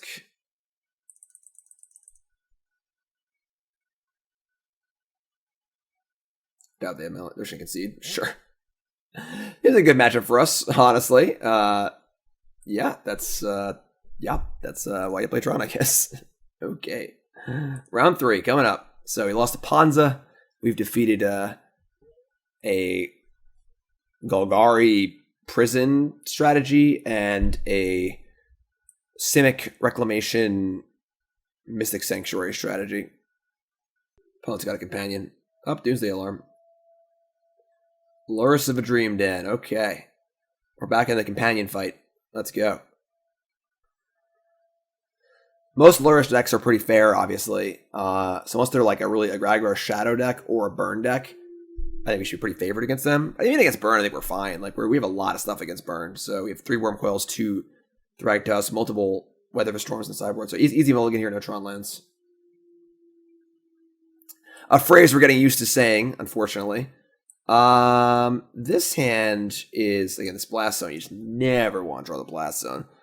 I mean, we have turn 2 Scrying. We should know what we're drawing to. If we draw any Tron land, we have turn 3 Karn. We are on the draw. Relic should be good against the Lurrus deck unless they're playing burn. I'm like leaning towards keeping this hand. We have our draw step and our star draw to find any power plant or tower, which will give us turn 3 Karn or Wurmcoil Engine, which is really, really good. And if we don't get that, we still have a Relic to slow them down a little bit. Wurmcoil is a good catch-up card if we fall behind a little bit. I'm going to keep this hand. And we're on 6. I guess we're going to ship a card here, too. Oh, that's awkward. Honestly, it might shut the Blast Zone. Crazy enough. Like, Blast Zone is just so bad, we have to draw land. That's risky, though. That's, like, pretty risky. I think that Wurmcoil Engine is probably good against actual every Lurrus deck. Maybe we ship Karn here. Like, no one's playing Lurrus in like a combo deck. I mean, maybe they are, but people are playing Lurrus and everything. I kind of want this Relic too, which also has a cantrip in case our fail state happens. We're gonna keep this. I'm gonna ship the Karn.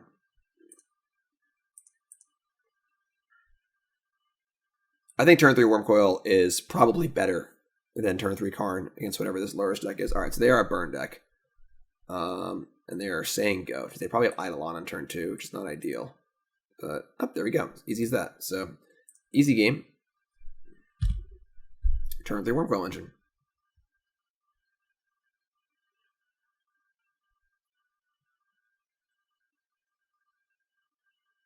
Lightning Bolt ya. 17. You got it. So they put Eidolon, we got a 15 off of our Scrying, and then we have a Wurmcoil Engine. So they can beat turn 3 Wurmcoil Engine. More power to them.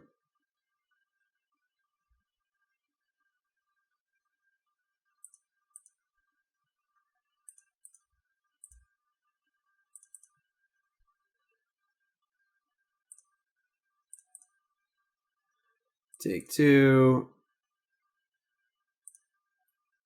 Get Urza's Power Plant. Your turn, opponent. Wurmcoil looms. They had a Goblin Guide on, or a Spear on turn 1. Maybe they could race it, but I don't think it's going to be a thing here. We're going to take a hit here for sure, but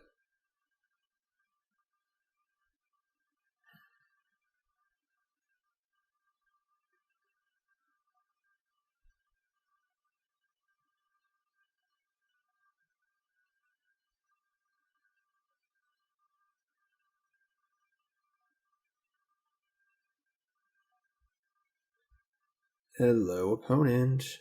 Taking 2. 13. Well, if they can, like, unload a clip of burn, untap, unload a clip of burn, they can definitely kill us, but they're going to have to do 13 points of burn in the next 2 turns. So, it's possible, obviously. All right, that's definitely a start. All right, we're 9.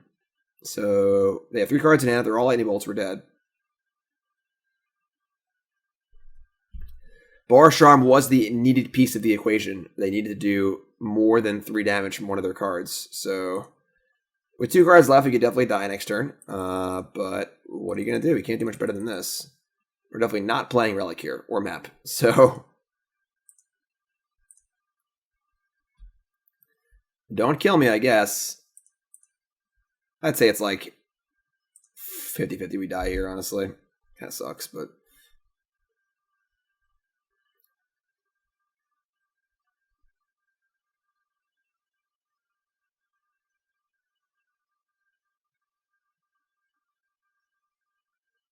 Kraken Canyon is a good sign. That is a good sign. Now they can't kill us. Actually, they draw Bolt. They made Bolt. So Bolt, Spike, whatever.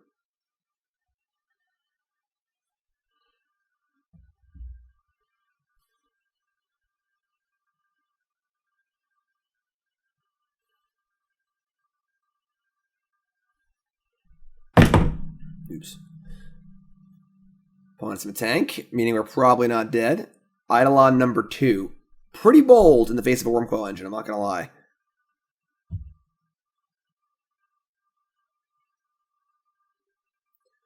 Alright, so wouldn't mind drawing another Urza's Tower here. Or Ugin the Spirit Dragon, that works too. That's game!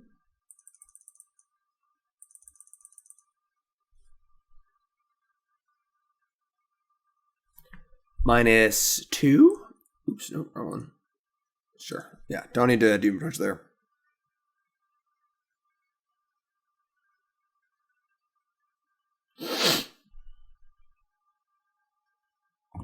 Alright, so definitely nice to get game 1 against Burn. That's a pretty big one. We get to board in some pretty good cards here. I bring in Weather of a Storm, Thragtusk. Bring in all of our Nature's Claims, the intent of killing our own stuff. And Thought-Knot Seer and Contortion. So all this stuff comes in, and everything expensive is gone, alongside the relics. So relics are gone. Kozilek, Ulamog, Sundering Titan, all gone. Ugin, I think Ugin's gone. And then we could shave like 2 Karns. I'm sorry, O-Stone's actually really bad too. So maybe just leave these in. I'd say O-Stone is worse than Karn or Ugin.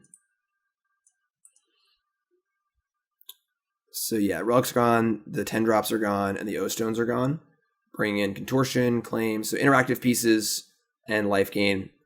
And Karn and Ugin are not great, but they're not bad either. Whereas like the 10 drops are actively bad. O-Stone's really bad too, which is very, very clunky. So pretty happy with this. Still at the Blast Zone. Looks good to me. Jengatha, I choose you. So Lurrus here, not much of a factor of his matchup. Alright, we've drawn a hand that only has 1 Tron land and has double Karn, which is not ideal. We have a Star and a Map and a Weather of a Storm. And Weather of a Storm is really, really good. I'm leaning towards keeping this one.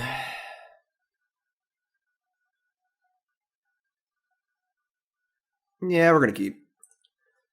It's a little suspect. But Weather Storm is really, really good. On the draw, any Tron land makes it great. And then we just have I suppose worst case scenario would be Eidolon on 2. We spin our wheels for a bit, but oh well, there you go. Easy game.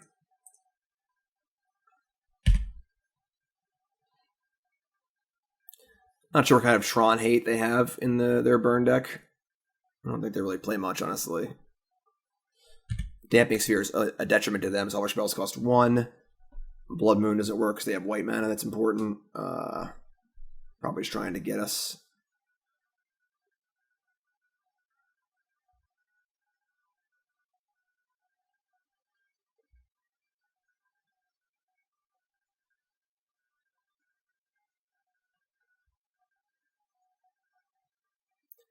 Attack for onesies? Okay, so they have an Eidolon, which is fine. We're never casting a cheap spell, probably. I mean, so we can Karn the Eidolon and then set up for a Storm turn.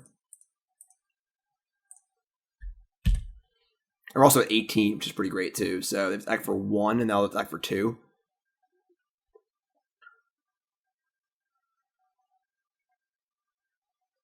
Karn will also exile the Eidolon, so Lurrus can't get it back. Which probably won't come to that, but...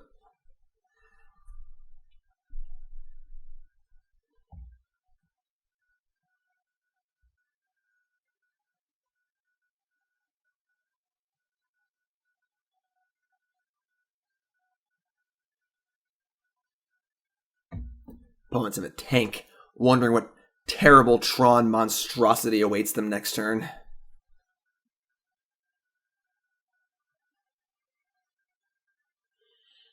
Again, I feel like unload a clip here and just go like spike, spike, spike, attack for a bunch. It's a little scary, but that'd be 3, 6, 9, 12, 13, that'd be 15 damage, honestly. On the draws is scary, for sure, against Burn when you're playing Tron. They're going to hard cast a Skewer the Critics. That's not emptying the clip. That's like a pop gun and pew. Not too terrifying here.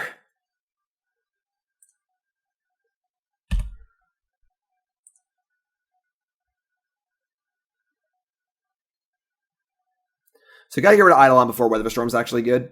But we go to 11 here and then have 3 cards in. The best they could muster was Skewer the Critics. It means they have 0 burn spells in their hand. So I don't even know what's going on. Like, any other burn spell they would play in addition to Skewer, so pretty weird spot.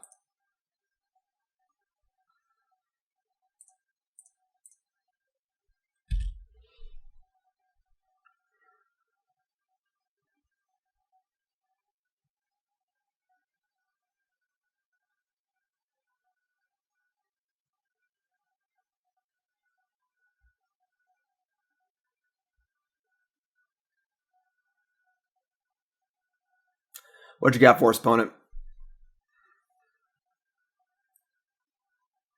Yeah, definitely. That Skewer play really says that their hand is bad. Which can't fathom them having any burn spells in their hand. Most of their hand's literally just like 2 more Skewers. Or like Rift Bolt or something. It's like the awkward cards.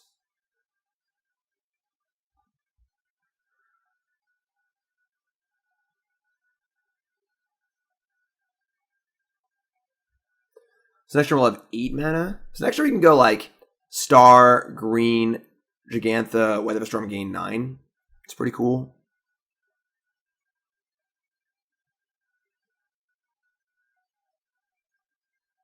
They also have to deal with the Karn here, or ignore it and try and kill us, but they ignore it, but gets to minus more things, which is pretty cool. So I'd say life's pretty good right now.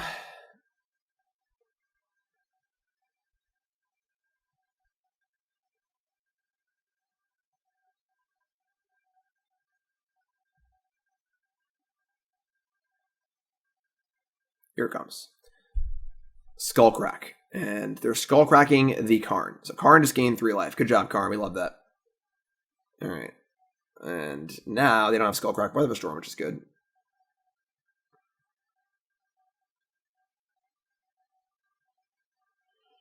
Or do they?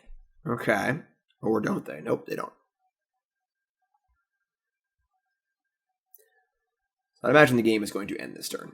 Rift Bolt. Okay, so that makes sense. They had Skullcrack and Rift Bolt. They wanted to save Skullcrack, I guess, and they needed to... How do they get this Rift Bolt going? Sure. So, untap. Another Weather of a Storm. I had so many Weather of a Storms. Alright, let's start by starring.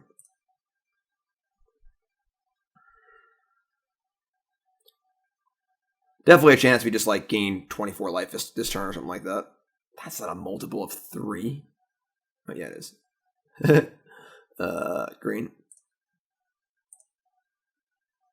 Draw. Sphere. Yeah, I think we're just going to just storm off here. So let's play Sphere again.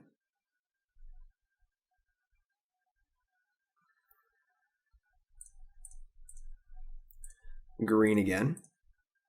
All right, so now we have 3, 4, 5, 6, 7. So we can cast Jegantha plus Weather of a Storm, or just play Weather of a Storm, Weather of a Storm. Storm count is currently 2, so 3, 4. I think playing Jegantha then playing Weather's better. Next turn we have Karn plus Weather again. Like the Jegantha's going to gain multiple life by keeping the Sphere back anyway. So yeah, we'll just do that.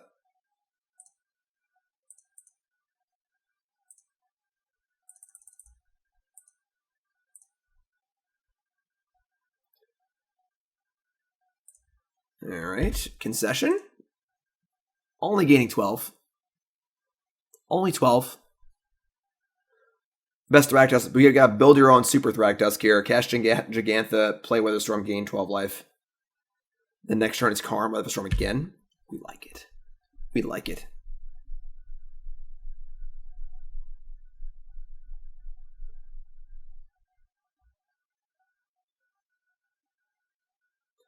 Rift Bolt targeting me.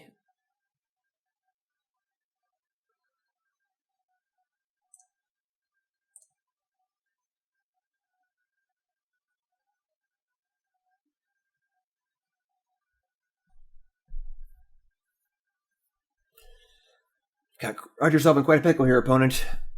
Got yourself in quite a pickle.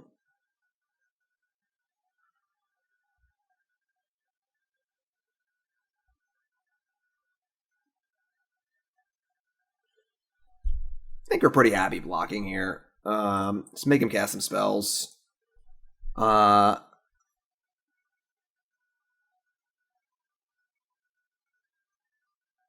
we go. Lightning Helix, oh my god. Helix the Jegantha, sure. So we're trading 2 for 1 here. And they've got 1 card left. And we get to play a Karn. We're actually not yet. We're going to hold up Weatherstorm and play Karn. And you just plus it.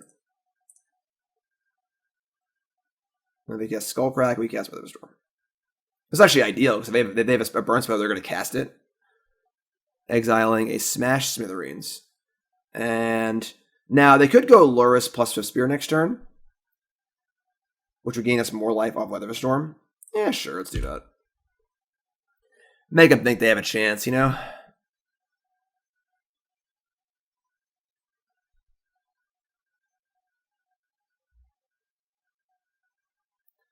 Nope, just gonna play Goblin Guide. Why would they not play Lurrus plus 5th Spear?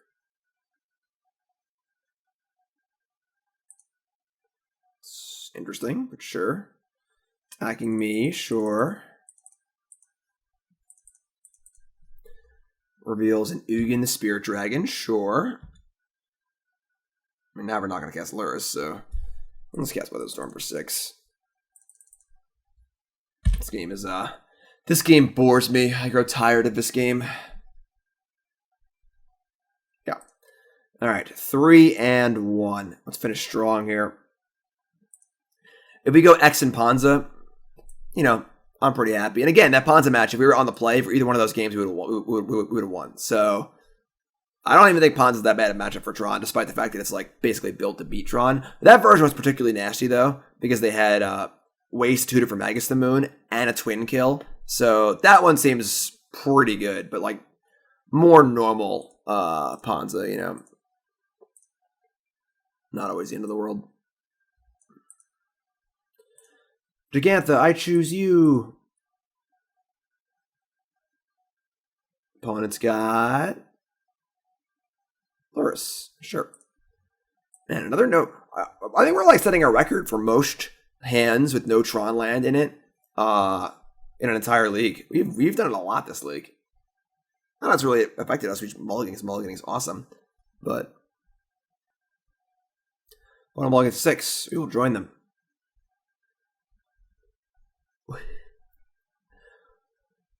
Where are my Tron lands? Where are they? Alright. Opponent keeps 6. I mean, we're going to 5 here. His hand's obviously unkeepable, so. Oh, there they are. I kind of think on 5 we like have to keep this. We have map double star, and again, we just find any other Tron land, and we get to find the 3rd land and have O-Stone. We're going to keep this. And I think we might actually ship Tower. We're on the draw. Yeah, ship Tower. The extra towers don't do anything. think his hand's fine. We have a lot of looks. We have the map. We have payoff. They are not playing burn. Okay.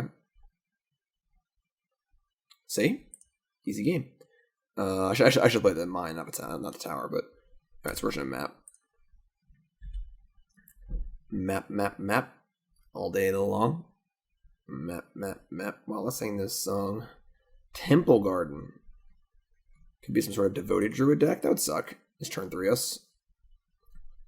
I mean, typically these devoted druid decks are very good matches for Tron, except when they turn 3 you.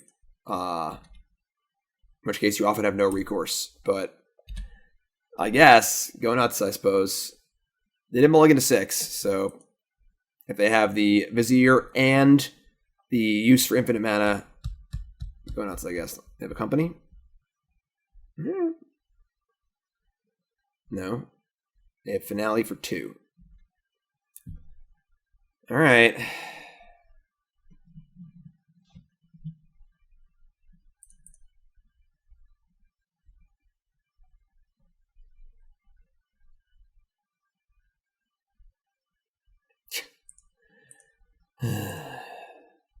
Frustrating.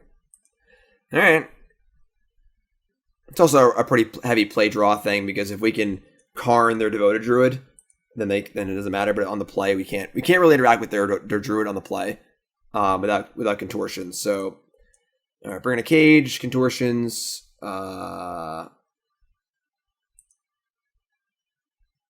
It's possible they have like some sort of damping sphere or something. I would say we don't need Sundering Titan or Kozilek. Ugin's insane against them. O-Stone's very good against them. Relic is like, it's going to be fine against like Luris and stuff. I don't think it's particularly great against them though. I don't know how they're going to sideboard either.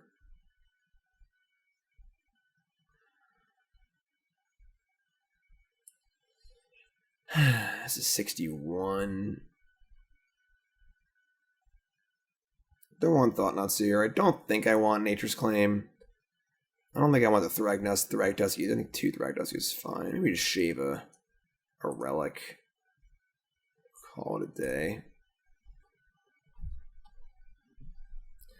So yeah, we'll just like not get turn 3'd, I guess. That's a good place to start.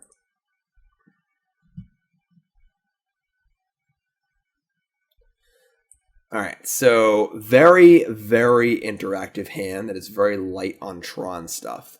We have a cage and a contortion, both of which are quite good. O-Stone's a little awkward, the cage, obviously, but we have only 1 Tron land and no way to find more. The question is cage and contortion good enough to keep this hand? I think it is. I'm gonna keep.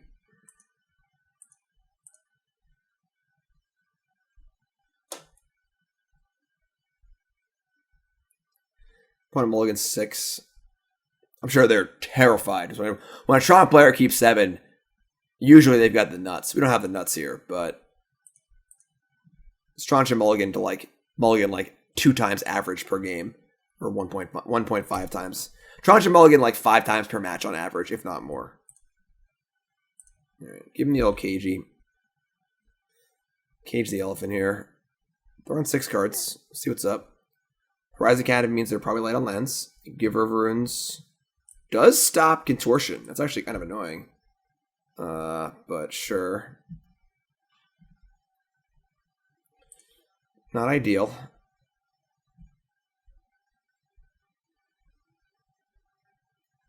I mean, I guess if they have the turn 3 kill backed up by Giver of Runes, like, you got us, another Giver of Runes. Okay, so did I even bother killing one of these at this point?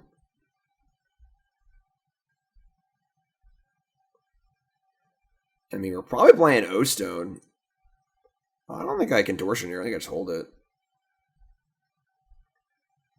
I mean, if I don't contort now, I'll never be able to because they have the multiple Giver of Runes.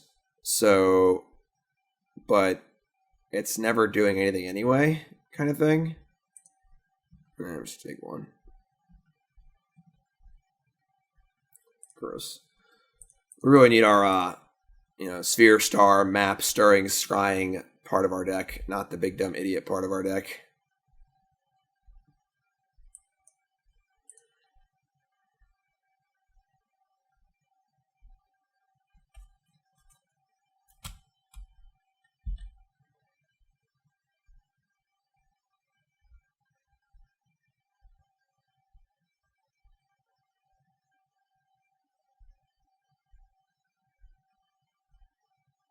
Stomping Ground. Oh, Bird's Paradise, sure. Alright. Bring the beats. No, it's a land. It is a duplicate Tron land, but we can fake counter our Cage now, honestly. So could be worse, I suppose. Then crack this Canopy.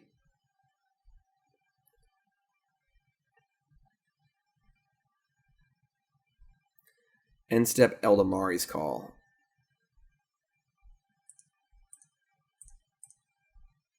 Goblin Crater Maker. Okay.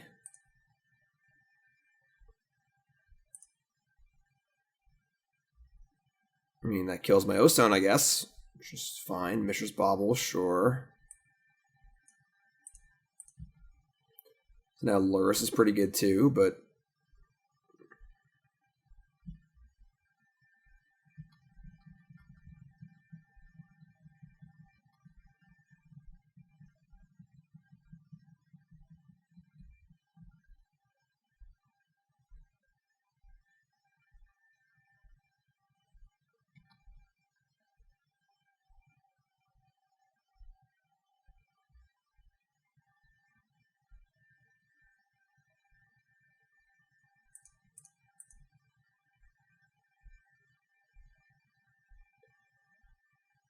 okay. I mean, we probably just fake counter the Cage.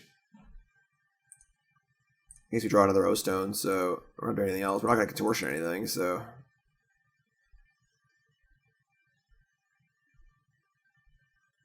Will they blow up my stone before I get my priority, my main phase? No. Well, we didn't draw land, unfortunately, so let's just give him the old Sphere.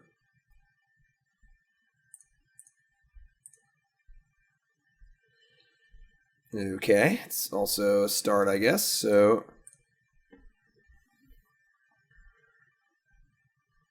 Scrying for Power Plant, play Power Plant, say go. We have Contortion up, although it's unlikely to do anything. We can O-Stone next turn. And crack a Canopy here. And they're going to kill the Cage. Alright, so they probably have, I guess, Company in their hand.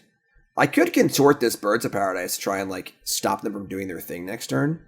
What are we scared of here? Like, I guess a finale for some way to kill O-Stone. I kind of like killing the bird here. I don't think Contortion's getting much better. And I think they're trying to finale. Because casting Company to O-Stone's stupid, obviously. And they might want a finale for like Knight of Autumn or something. Yeah, I'm just gonna go for this. This is a little crazy, but given that our hand is Karn, Wurmcoil, Thragtusk, and we have O-Stone in play, I'm not like super concerned with being able to kill things. We can Karn stuff and rat their board and so on and so forth, so.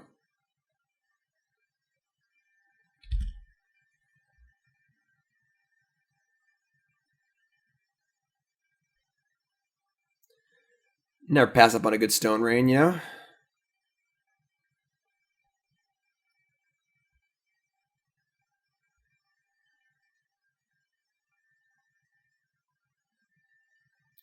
Alright, here it comes. Tapping 4. Walking Ballista on 2. Okay.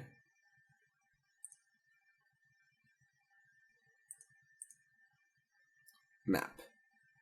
Cool. So, I mean, now we have Tron, like...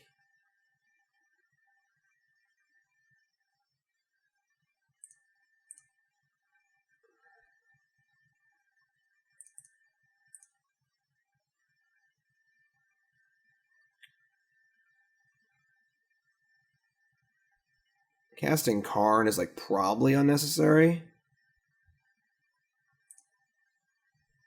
You probably want to just say go and, like, end step sweep the board, untap, play Karn.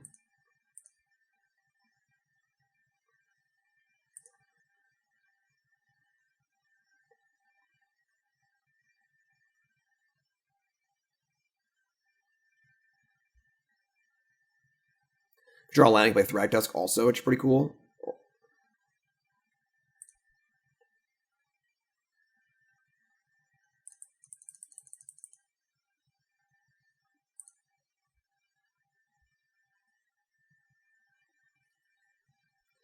Right, they say yeah. I don't know if these decks play company or not. I'd assume no, honestly, but in response, Pump Ballista, sure. So we're going to be at 8, 7, 6. 6 life total. Which is fine. They have 3 cards in hand. And we're going to cast Karn and probably kill one of their lands. So that's what Karn does, because Karn's a boss. Or we could play Wurmcoil and Thragtusk. Which might actually be more appealing, because like that just puts lethal on the board for next turn. And we have Karn to answer whatever they play. Yeah, I like that better, actually.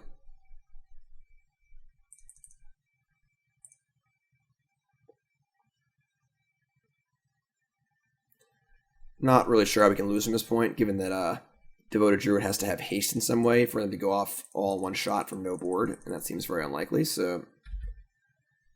They had it in their graveyard, they could like play that card that brings it back with haste, Post-Mortem Lunge or whatever, but...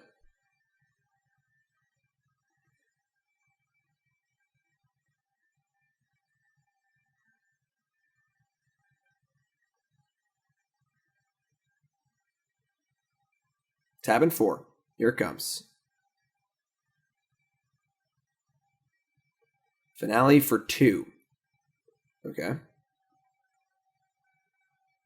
I mean, Devoted Druid. Okay. And Giver of Runes. Alright, so Karn is here to save the day.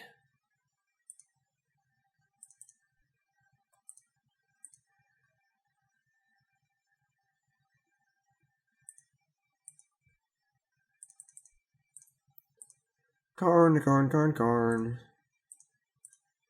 Exile Druid, yeah. Alright, cool.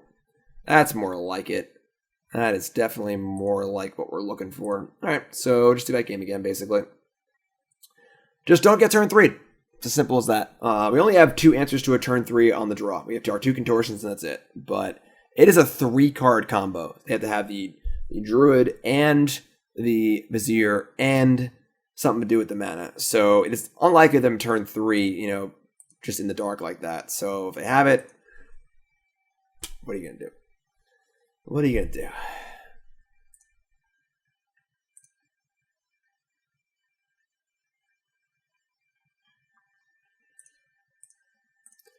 Alright, another kind of sketchy opener, but this one has no hate cards, so we're going to mulligan this. Just 2 power plants, 1 stirrings.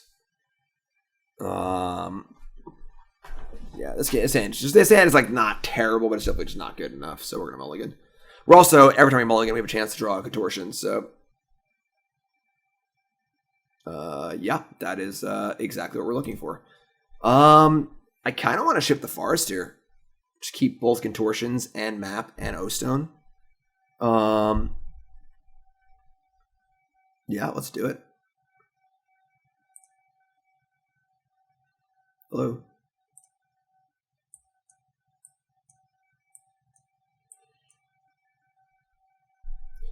Alright, no perfect Mother of Runes hand. Perfect. Love to see it. We can't actually beat Mother of Runes into Druid into turn 3 combos, so... Suppose they could have a way to kill my my map here, maybe, but I don't know what that would be.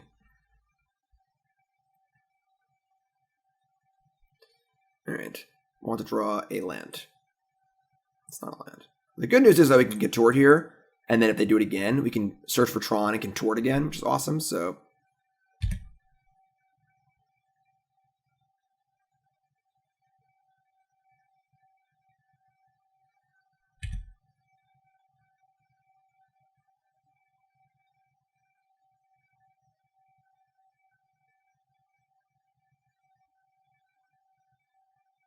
who's in a post-mortem lunge? Oh god. They're actually just gonna turn 3 us here through a contortion.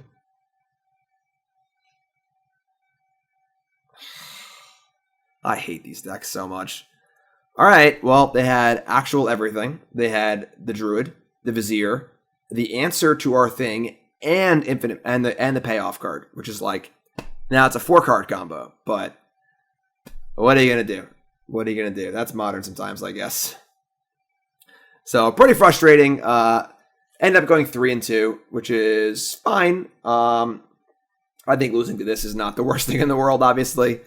Yeah, I mean, pretty frustrating match there. Didn't really get to play Magic at all. But, yeah.